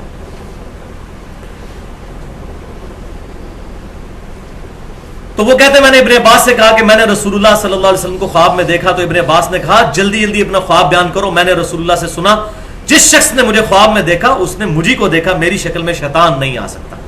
تو انہوں نے پھر بڑا پیارا خواب بیان کیا، اس کے اینڈ پر ابن عباس نے تصدیق کی کہ اگر تم بیداری میں بھی حضور کو دیکھ لیتے تو اس سے مختلف نہ پاتے، تم نے رسول اللہ ہی کو خواب میں دیکھا ہے۔ اب انہوں نے نہیں کہا کہ قیامت تک کوئی دیکھ ہی نہیں سکتا، وہ تابعی تھے، صحابی تو نہیں تھے جنہیں خواب دیکھا. اس کا ترجمے میں بھی بعض لوگوں نے 2 نمبری کی، وہ صرف یہ ثابت کرنے کے لیے کہ حضور کی داڑھی بہت لمبی تھی، کیونکہ اس میں واضح موجود ہے کہ حضور کی داڑھی نحر تک تھی، سینے کے شروع والے حصے کی طرف. لیکن الحمدللہ اہل حق بھی موجود ہیں، اکثر اہل حقی ہیں جنہوں نے ترجمہ صحیح کیا. اس میں سے اہل حدیث علماء میں سے ایک بڑے عالم، چونکہ اہل حدیث کو یہ مسئلہ کڑوا لگتا ہے، میں انہی کے عالم کا حوالہ دیتا ہوں. دارالاسلام سے کتاب چھپی ہے آئینہ جمال نبوت، اس میں اہل حدیث کے بہت بڑے اس وقت ہم حافظ عبدالستار حماد صاحب کا ترجمہ انہوں نے چھاپا ہے دارالاسلام والوں نے، اور یہ خواب کا ترجمہ میں وہاں سے پڑھنے لگا ہوں. وہ کہتے ہیں، یزید الفارسی کہتے ہیں، اے ابن عباس میں نے خواب میں نبی صلی اللہ علیہ وسلم کو دیکھا. آپ صلی اللہ علیہ وسلم کا قد مبارک نہ بہت لمبا تھا نہ بہت چھوٹا بلکہ درمیانہ تھا. آپ صلی اللہ علیہ وسلم کا رنگ مبارک بہت سفید نہیں بلکہ گندمی نما سفید سرخ رنگ تھا. آپ صلی اللہ علیہ وسلم کے دانت مبارک انتہائی سفید اور خوبصورت تھے. آپ صلی اللہ علیہ وسلم کی آنکھیں سرمگی تھیں جیسے سرما لگا ہوا ہوتا ہے. آپ صلی اللہ علیہ وسلم کا چہرہ مبارک گول اور گوشت سے پر تھا، اور آپ صلی اللہ علیہ وسلم کی داڑھی مبارک انتہائی گھنی اور پورے چہرے پر پھیلی ہوئی تھی اور نحر تک تھی. نحر تک، سینے کے الفاظ ہی کوئی نہیں ہے، لیکن مولوی نے 2 نمبری کے سینہ بھرتی تھی. حضور کی اتنی لمبی داڑھی نہیں تھی، نحر تک تھی. یہ اونٹ کو سینے سے نہر کیا جاتا ہے یا یہاں سے کیا جاتا ہے نہر؟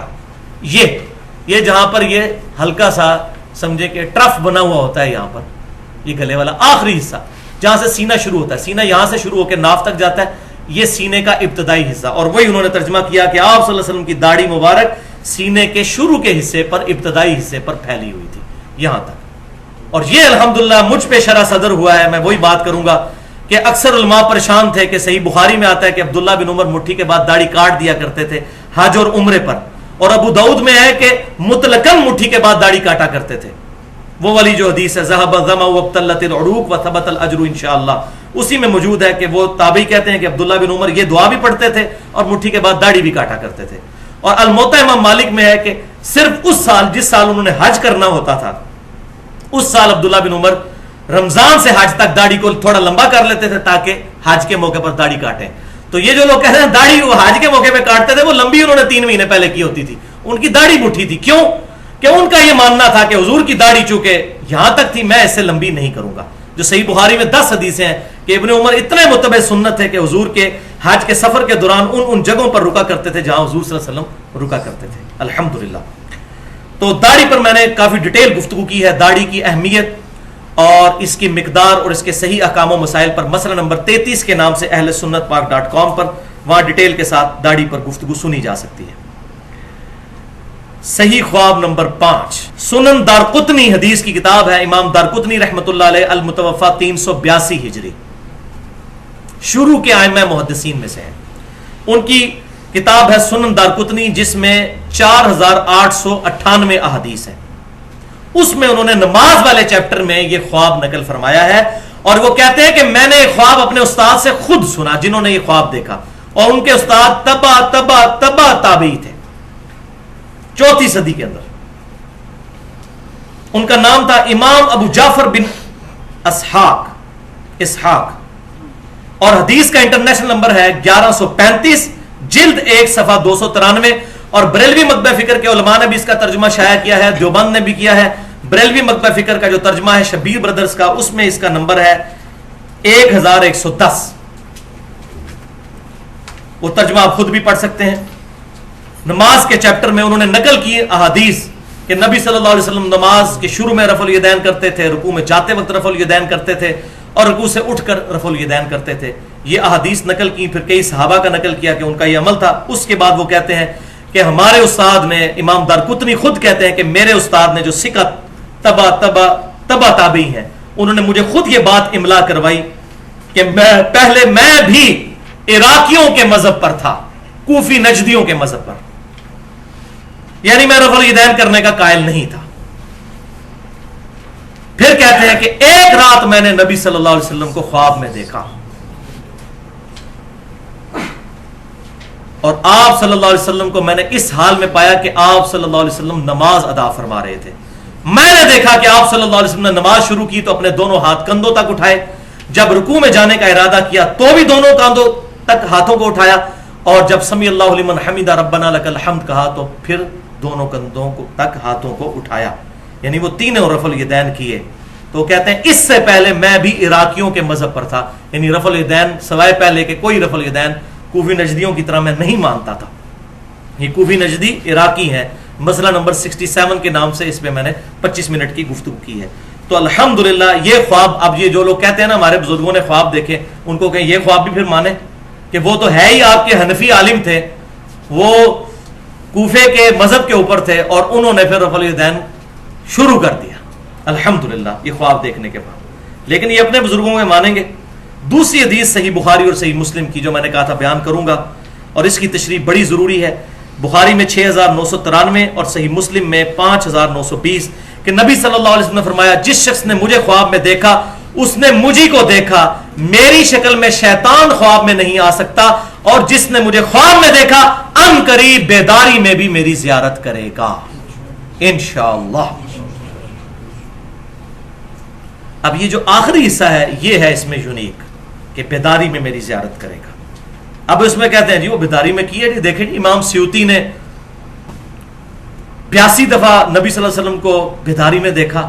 عبد الوہاب شرانی صاحب لکھتے ہیں المنن الکبریٰ میں کہ میں نے پوری صحیح بخاری مصر میں بیٹھ کے حضور سے خود پڑھی ہے، اور یہ 973 ہجری میں فوت ہوئے ہیں. حضور کی وفات کے 900 سال کے بعد کہہ رہے ہیں مجھے حضور صلی اللہ علیہ وسلم بخاری شریف پڑھاتے تھے، اور بخاری شریف اگر حضور سے پڑھی ہے تو اس میں تو موجود ہے کہ یہ سارا معاملات ختم ہو چکے ہیں، خواب کے علاوہ کوئی غیبی ذریعہ ہی نہیں ہے. اگر بخاری شریف واقعی حضور سے پڑھی ہوتی تو یہ معاملات اس طریقے سے ان کے عقیدے ہوتے عبد الوہاب شرانی کے اور سیوطی کے. تو کہتے ہیں کہ جی ہم نے سبکن یہ سارے معاملات حضور سے خود سیکھے. تو بھائیو اس پورشن کی تشریح کے ان قریب مجھے بیداری میں دیکھے گا، ایک شرح اس کی یہ ہے کہ جس نے حضور صلی اللہ علیہ وسلم کے مبارک زمانے میں یہ خواب دیکھی، حضور صلی اللہ علیہ وسلم کو خواب میں دیکھا، اور کئی ایک صحابہ کے ساتھ ایسے معاملات ہوئے کہ ان سے جانوروں نے کلام کیا کہ وہاں پر پیغمبر مبعوث ہو چکے ہیں اور وہ لوگ آ کر اسلام انہوں نے قبول کیا. کئی ایک اللہ تعالیٰ کی طرف سے معجزات ہوئے، تو ان کو صحابیت کا شرف حاصل ہوگا جنہوں نے حضور کے زمانے میں حضور صلی اللہ علیہ وسلم کو خواب میں دیکھا. بیداری میں بھی حضور کے ساتھ وہ صحبت کا شرف حاصل کر لیں گے. ایک تشریح یہ ہو سکتی ہے. دوسری ان قریب یعنی قیامت میں مجھے دیکھ لے گا. آپ کو جی قیامت تو بڑی دور ہے، نہیں بھائی. صحیح مسلم کے اندر حدیث ہے کہ آپ صلی اللہ علیہ وسلم جب بھی تقریر شروع کرتے تھے تو یہ خطبہ پڑھتے تھے جو میں پڑھتا ہوں، اما بعد فإن خیر الحدیث کتاب اللہ وخیر الہدی ہدی محمد صلی اللہ علیہ وسلم وشر الامور محدثاتها، یہ والا خطبہ کتاب الجمعہ چیپٹر صحیح مسلم. اس کے بعد آپ صلی اللہ علیہ وسلم فرمایا کرتے تھے میں اور قیامت اس طرح ساتھ بھیجے گئے ہیں جیسے یہ 2 انگلیاں. اب یہ تو ساتھ ساتھ ہیں. تو ان قریب مجھے دیکھ لے گا یعنی قیامت میں. حوض کوثر پہ انشاءاللہ زیارت ہوگی، پل صراط پہ زیارت ہوگی، میزان عمل پہ انشاءاللہ زیارت ہوگی، شفاعت بھی انشاءاللہ نصیب ہوگی انشاءاللہ. اب یہ عقیدہ اگر کوئی کہتا ہے وہ آپ صلی اللہ علیہ وسلم بیداری میں دنیا میں تشریف لے آتے ہیں تو وہ میں نے پہلے بتا دیا سورۃ الانبیاء کی آیت نمبر 95 ہے کہ جو دنیا سے چلا گیا اب قیامت تک دنیا میں واپس نہیں آئے گا. آپ صلی اللہ علیہ وسلم کا جسم مبارک مدینہ شریف کی قبر میں ہے اور روح مبارک جنت الفردوس میں ہے، اور اس روح اور جسم کا ایک تعلق ہے جو برزخی ہے، جو حیات النبی کا مسئلہ میں نے مسئلہ نمبر 5 کے نام سے اہل سنت پاک.com پر اپلوڈ ہے. نہ بالکل ہم برزخی معاملات کو مانتے ہیں نہ بالکل دنیاوی معاملات کو، درمیان کا ایک معاملہ ہے جو میں نے اس میں حق بات بیان کی ہے الحمدللہ، جو دراصل برزخی ہی ہے. تو شیطان آپ صلی اللہ علیہ وسلم کی شکل تو اختیار نہیں کر سکتا، لیکن کسی اور شکل میں آ کے جھوٹ بول سکتا ہے کہ میں تمہارا پیغمبر ہوں. اور یہ میں اپنی طرف سے نہیں شرح کر رہا، اس پہ سارے لوگ متفق ہیں، بریلوی، دیوبندی، اہل حدیث، اہل تشیع، ان کی کتابوں میں بھی یہ بات لکھی ہوئی ہے. بلکہ بیداری میں غلام احمد قادیانی نے دعویٰ کر دیا تھا میں ذل محمد ہوں، کیا تھا نا دعویٰ، والعیاذ باللہ تعالی. مجھے کئی لوگ ملے ہیں جنہوں نے یہ بات کی جی ہم نے نبی صلی اللہ علیہ وسلم کو کلین شیو دیکھا ہے اور ڈرتے ڈرتے خواب بیان کیا. تو میں نے ان کو کہا کہ آپ صلی اللہ علیہ وسلم کو نہیں دیکھا، آپ نے شیطان کو دیکھا. وہ کہتے ہیں نہیں جی ہمیں خواب میں بتایا گیا. اب ان کو اس حدیث کی شرح نہیں آتی تھی. ایک تبلیغی جماعت کے بھائی ملے، بوڑھے، ریٹائرڈ ایئر فورس سے، مجھے کہنے لگے جی میں نے کئی سال پہلے آپ صلی اللہ علیہ وسلم کو خواب میں دیکھا تو میں پھر تبلیغی جماعت میں آ گیا. میں نے کہا جی آپ نے کیا دیکھا؟ تو کہنے لگے جی سفید داڑھی، سفید پگڑی، سفید کپڑے. وہی جو ہمارا ایک کنسیپٹ ہے.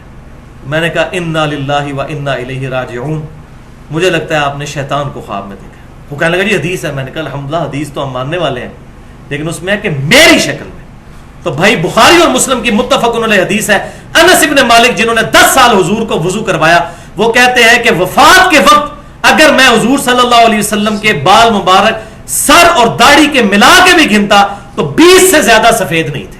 20 سے زیادہ میرے سفید ہیں سر کے. اور حضور صلی اللہ علیہ وسلم کا معجزہ تھا کہ آپ کی داڑھی مبارک سیاہ تھی, صرف یہ کن پٹی پہ اکا دکا بال اور یہ بچی پہ, باقی پوری داڑھی مبارک کالی تھی.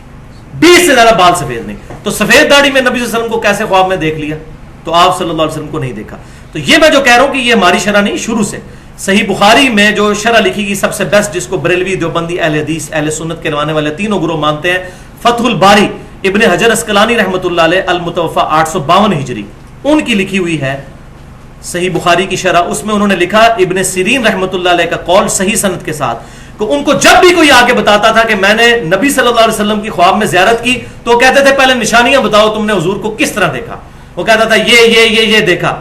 اگر وہ نشانیاں احادیث کے ساتھ میچ کرتی تھی وہ توثیق کرتے تھے, اور اگر میچ نہیں کرتی تھی وہ کہتے تھے تم نے نبی صلی اللہ علیہ وسلم کو خواب میں نہیں دیکھا. اور یہ امام حنیفہ کے استاد ہیں ابن سیرین, المتوفا 110 ہجری, تابعی ہیں. تو یہ اکثر لوگ شیطانی خواب دیکھتے ہیں اور پھر بیان بھی کرتے ہیں. ایک خواب جو میں نے مسئلہ نمبر 71B میں شیطانی خواب بیان کیا تھا, کشف المحجوب میں موجود ہے. بریلوی اور دیوبندی دونوں ترجمہ اس کا چھاپ رہے ہیں. امام حنیفہ کے چیپٹر میں موجود ہے کہ امام حنیفہ رحمۃ اللہ علیہ کی طرف یہ جھوٹا خواب, شیطانی خواب منسوب کر دیا, کیونکہ ان کی کوئی کتاب نہیں جس سے ہم یہ پرکھ سکیں. امام حنیفہ کہتے ہیں میں نے خواب میں دیکھا کہ میں نبی صلی اللہ علیہ وسلم کی قبر مبارک کھود کے اس میں سے حضور کی ہڈیاں جمع کر رہا ہوں. ولیعوذ باللہ. یہ ہمیں کہتے ہیں یا تو نبی کا عقیدہ نہیں مانتے, یہ نہیں مانتے. آپ صلی اللہ علیہ وسلم کا جسم مبارک بالکل صحیح حالت میں موجود ہے. یہ مسلمانوں کا اجماعی عقیدہ ہے, اس پہ کئی احادیث موجود ہیں الحمدللہ. تو جی بعد میں ابن سیرین سے پوچھا, دیکھا ابن سیرین کو وہاں فٹ کیا انہوں نے, ان کو پتا تھا ابن سیرین جو ہے وہ ان کے استاد ہیں, وہی ابن سیرین. ابن سیرین سے کہا استاد جی میں نے خواب دیکھی ہے. تو تابعین نے کہا جی بیٹا پریشانی کی کوئی بات نہیں ہے, تم حضور کی سنتیں جمع کرو گے. پریشانی کی بات تو ہے بھائی, حضور کی سنتیں جمع کرنی تھی. تو اللہ تعالیٰ یہ خواب دکھاتا کہ وہ دیکھ رہے ہیں کہ حضور کے برتن سمیٹ رہے ہیں, آپ سے ان کے کپڑے مبارک اکٹھے کر رہے ہیں, آپ کی چیزیں جمع کی جاتی, ہڈیاں. ولیعوذ باللہ تعالی, ولیعوذ باللہ تعالی. اس کے بعد میں کہتا ہوں جس میں ایمان کی اتنی سی بھی رتی موجود ہے نا, وہ کشف المحجوب کو نہیں چھاپے گا. اور جس کا مرشد نہ ہوئے وہ کتاب پڑھ لے, اے جناب پڑھے. جس کو مرشد نہ ملے وہ یہ کتاب پڑھ لے.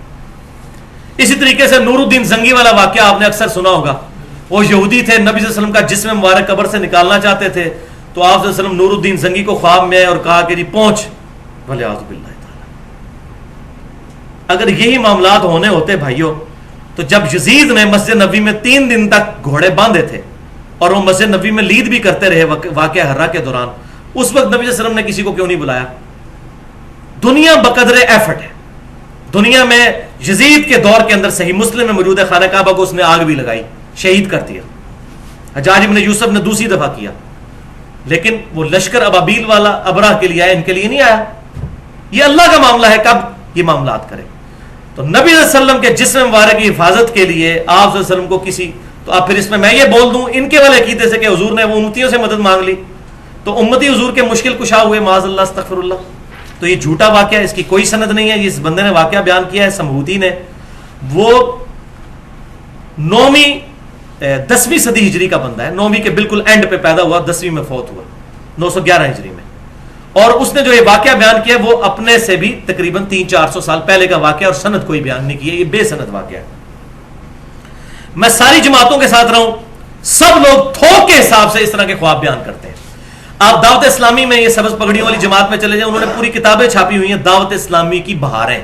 اس میں اتنے واقعات ہیں کہ جی نبی صلی اللہ علیہ وسلم ملتان اجتماع میں آئے اور ساروں کے لیے بشارت فرمائی کہ سب بخشے گئے جتنے اجتماع میں آئے, اور سارے کہتے ہیں سبحان اللہ. ٹھیک ہے جی. اچھا, تذکرہ صدر الشریعہ مفتی امجد علی صاحب کے اوپر ایک کتاب لکھی ہے الیاس قادری صاحب نے, جنہوں نے بہار شریعت لکھی. مفتی امجد علی احمد بریلوی صاحب کے خلیفہ, ان پر لکھی ہے کہ ان کے اس کتاب کے اندر ایک بزرگ کا واقعہ لکھا کہ وہ بزرگ بیمار ہو گئے تو 40 دن تک حضور صلی اللہ علیہ وسلم اس بزرگ کی شکل میں آ کے ان کے شاگردوں کو جو ہے وہ پڑھاتے رہے. یعنی اب حضور کہہ رہے ہیں میری شکل میں شیطان نہیں آ سکتا، اس بزرگ کی شکل میں جب آئیں گے، نبی صلی اللہ علیہ وسلم کی شکل مبارک سے بڑھ کے کس کی شکل خوبصورت ہو سکتی ہے؟ وہ کسی امتی کی شکل میں آئیں گے، وہ شیطان ہی آیا تھا اصل میں، اگر آیا تھا تو اس قسم کے واقعات لکھتے ہیں. اس کو وہ کہتے ہیں جی دعوت اسلامی کی بہار ہے. بالکل اسی طریقے سے ہمارے تبلیغی جماعت کے بھائی جو ہیں، رائے والی جو پارٹی ہے، وہ بھی اس طرح کے واقعات، اس کو کارگزاری کا نام، جی جماعت آئی کارگزاری سنیں. اور ان کے عام آدمی کہتے ہیں جی ہمارے بزرگوں نے منع کیا، حاجی عبد الوہاب صاحب منع کرتے ہیں، حضرات منع فرماتے ہیں. لیکن حضرات کو یہ حاجی عبد الوہاب صاحب تو یہ نبی صلی اللہ علیہ وسلم کے مشورے سے سارا کام لے کے چل رہے ہیں. یہ کمرہ ہے جہاں نبی صلی اللہ علیہ وسلم تشریف لاتے ہیں رائے ونڈ میں.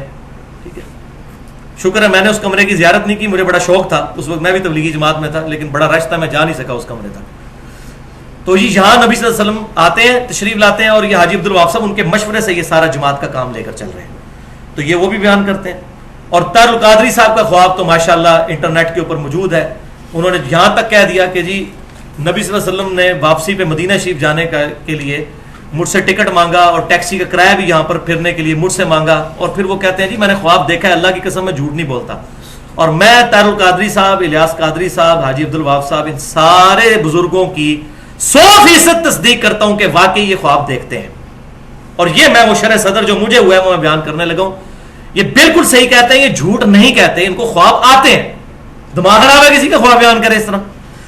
تو یہ ٹروتھ بھی میں ریویل کر دیتا ہوں کہ اصل میں شیطان ان کے ساتھ کھیل رہا ہوتا ہے. اب آپ کو بات سمجھ آئے گی، شیطان میری شکل میں نہیں آ سکتا، کسی اور شکل میں آئے گا اور ان کو اس قسم کے خواب دلائے جائیں گے. اور اگر کوئی کہتا ہے جی نہیں نہیں یہ رحمانی خواب ہیں اور نبی صلی اللہ علیہ وسلم تو خواب میں آتے ہی آتے ہیں، تو پھر میں وہی علمی جواب اور پھکی والا جواب دوں گا جو میں پہلے دے چکا، کہ پھر سنن دارقطنی میں انٹرنیشنل نمبر کے مطابق 1135 نمبر حدیث ہے.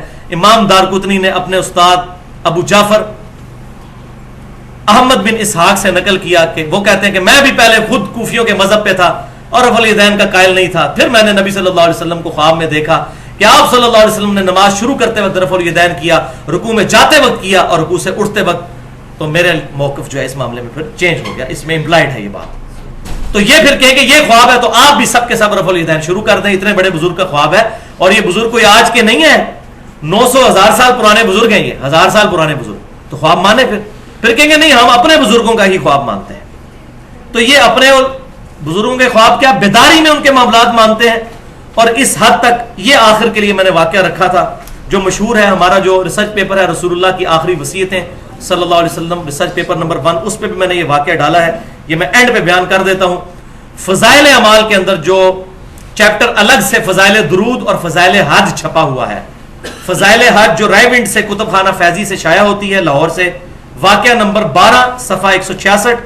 اور الیاس قادری صاحب جو دعوت اسلامی کو لے کے چل رہے ہیں، ان کی فضائل سنت کا چیپٹر ہے مصافہ اور معانقہ کی سنتیں اور آداب، اور اس کا صفحہ ہے 654. یہ پرانی فضائل سنت، نئی والے کا مجھے صفحہ نہیں پتا، یہ پرانی جو میرے پاس پڑی ہے جس سے میں بھی 10 سال تک درس دیتا رہا. اس میں واقعہ نقل کرتے ہیں فضائل اعمال میں بھی فضائل سنت میں بھی کہ 555 ہجری میں نبی صلی اللہ علیہ وسلم کی وفات کے 550 سال کے بعد شیخ احمد رفائی قبر رسول پر حاضر ہوئے اور عربی کے اشعار پڑھے جن کا ترجمہ کچھ یوں تھا کہ اے اللہ کے رسول، جب تک میں مصر میں تھا صلی اللہ علیہ وسلم تو میری روح آ کر آستانہ اقدس پہ حاضری دیتی تھی. اب یہ پتہ نہیں کون سی روح ہے جو جسم سے نکل کے وہاں پہنچتی پھر واپس چلی جاتی ہے. اب میں خود آیا ہوں، آپ صلی اللہ علیہ وسلم اپنا ہاتھ مبارک قبر سے باہر نکالیے، میں اس کو بوسہ دینا چاہتا ہوں. تو شیخ زکریا صاحب لکھتے ہیں 90,000 لوگوں کی موجودگی میں، یعنی بیداری میں. ہمارا تو خواب نہیں رفع الیدین والا ماننے کے لیے تیار، اپنا بیداری میں اپنے بزرگ کا 90,000 لوگوں کی موجودگی میں 555 ہجری میں شیخ احمد رفائی کے لیے معاذ اللہ استغفر اللہ، وہ کہتے ہیں نبی صلی اللہ علیہ وسلم نے اپنا ہاتھ مبارک قبر سے باہر نکالا، انہوں نے اس کو بوسہ دیا. اور اس منظر کو دیکھنے والوں میں شیخ عبد القادر جیلانی کا نام بھی ذکر کیا جاتا ہے تاکہ ساری سہم جائیں کہ اتنے بڑے بزرگ نے یہ دیکھا ہے تو پھر کوئی صحیح ہوگا. ان کا نام ویسے ہی ٹھوپ دیا کہ سارے سہم جائیں کہ شیخ عبد القادر جیلانی وہ 11ویں سرکار، تاکہ وہ انکار کر ہی نہ سکے. اور بھائی کس نے دیکھا اور کہاں ہوا؟ یہ 555 ہجری، آج 1434 ہجری ہے، یہ 900 سال پہلے کا واقعہ ہے. آج سے 90 سال پہلے بھی، 900 سال تو بڑی دور کی بات ہے، آج سے 90 سال پہلے بھی مسجد نبی میں 90,000 کا مجمع نہیں آتا تھا. یہ تو شافعات کی توسیع کے بعد اب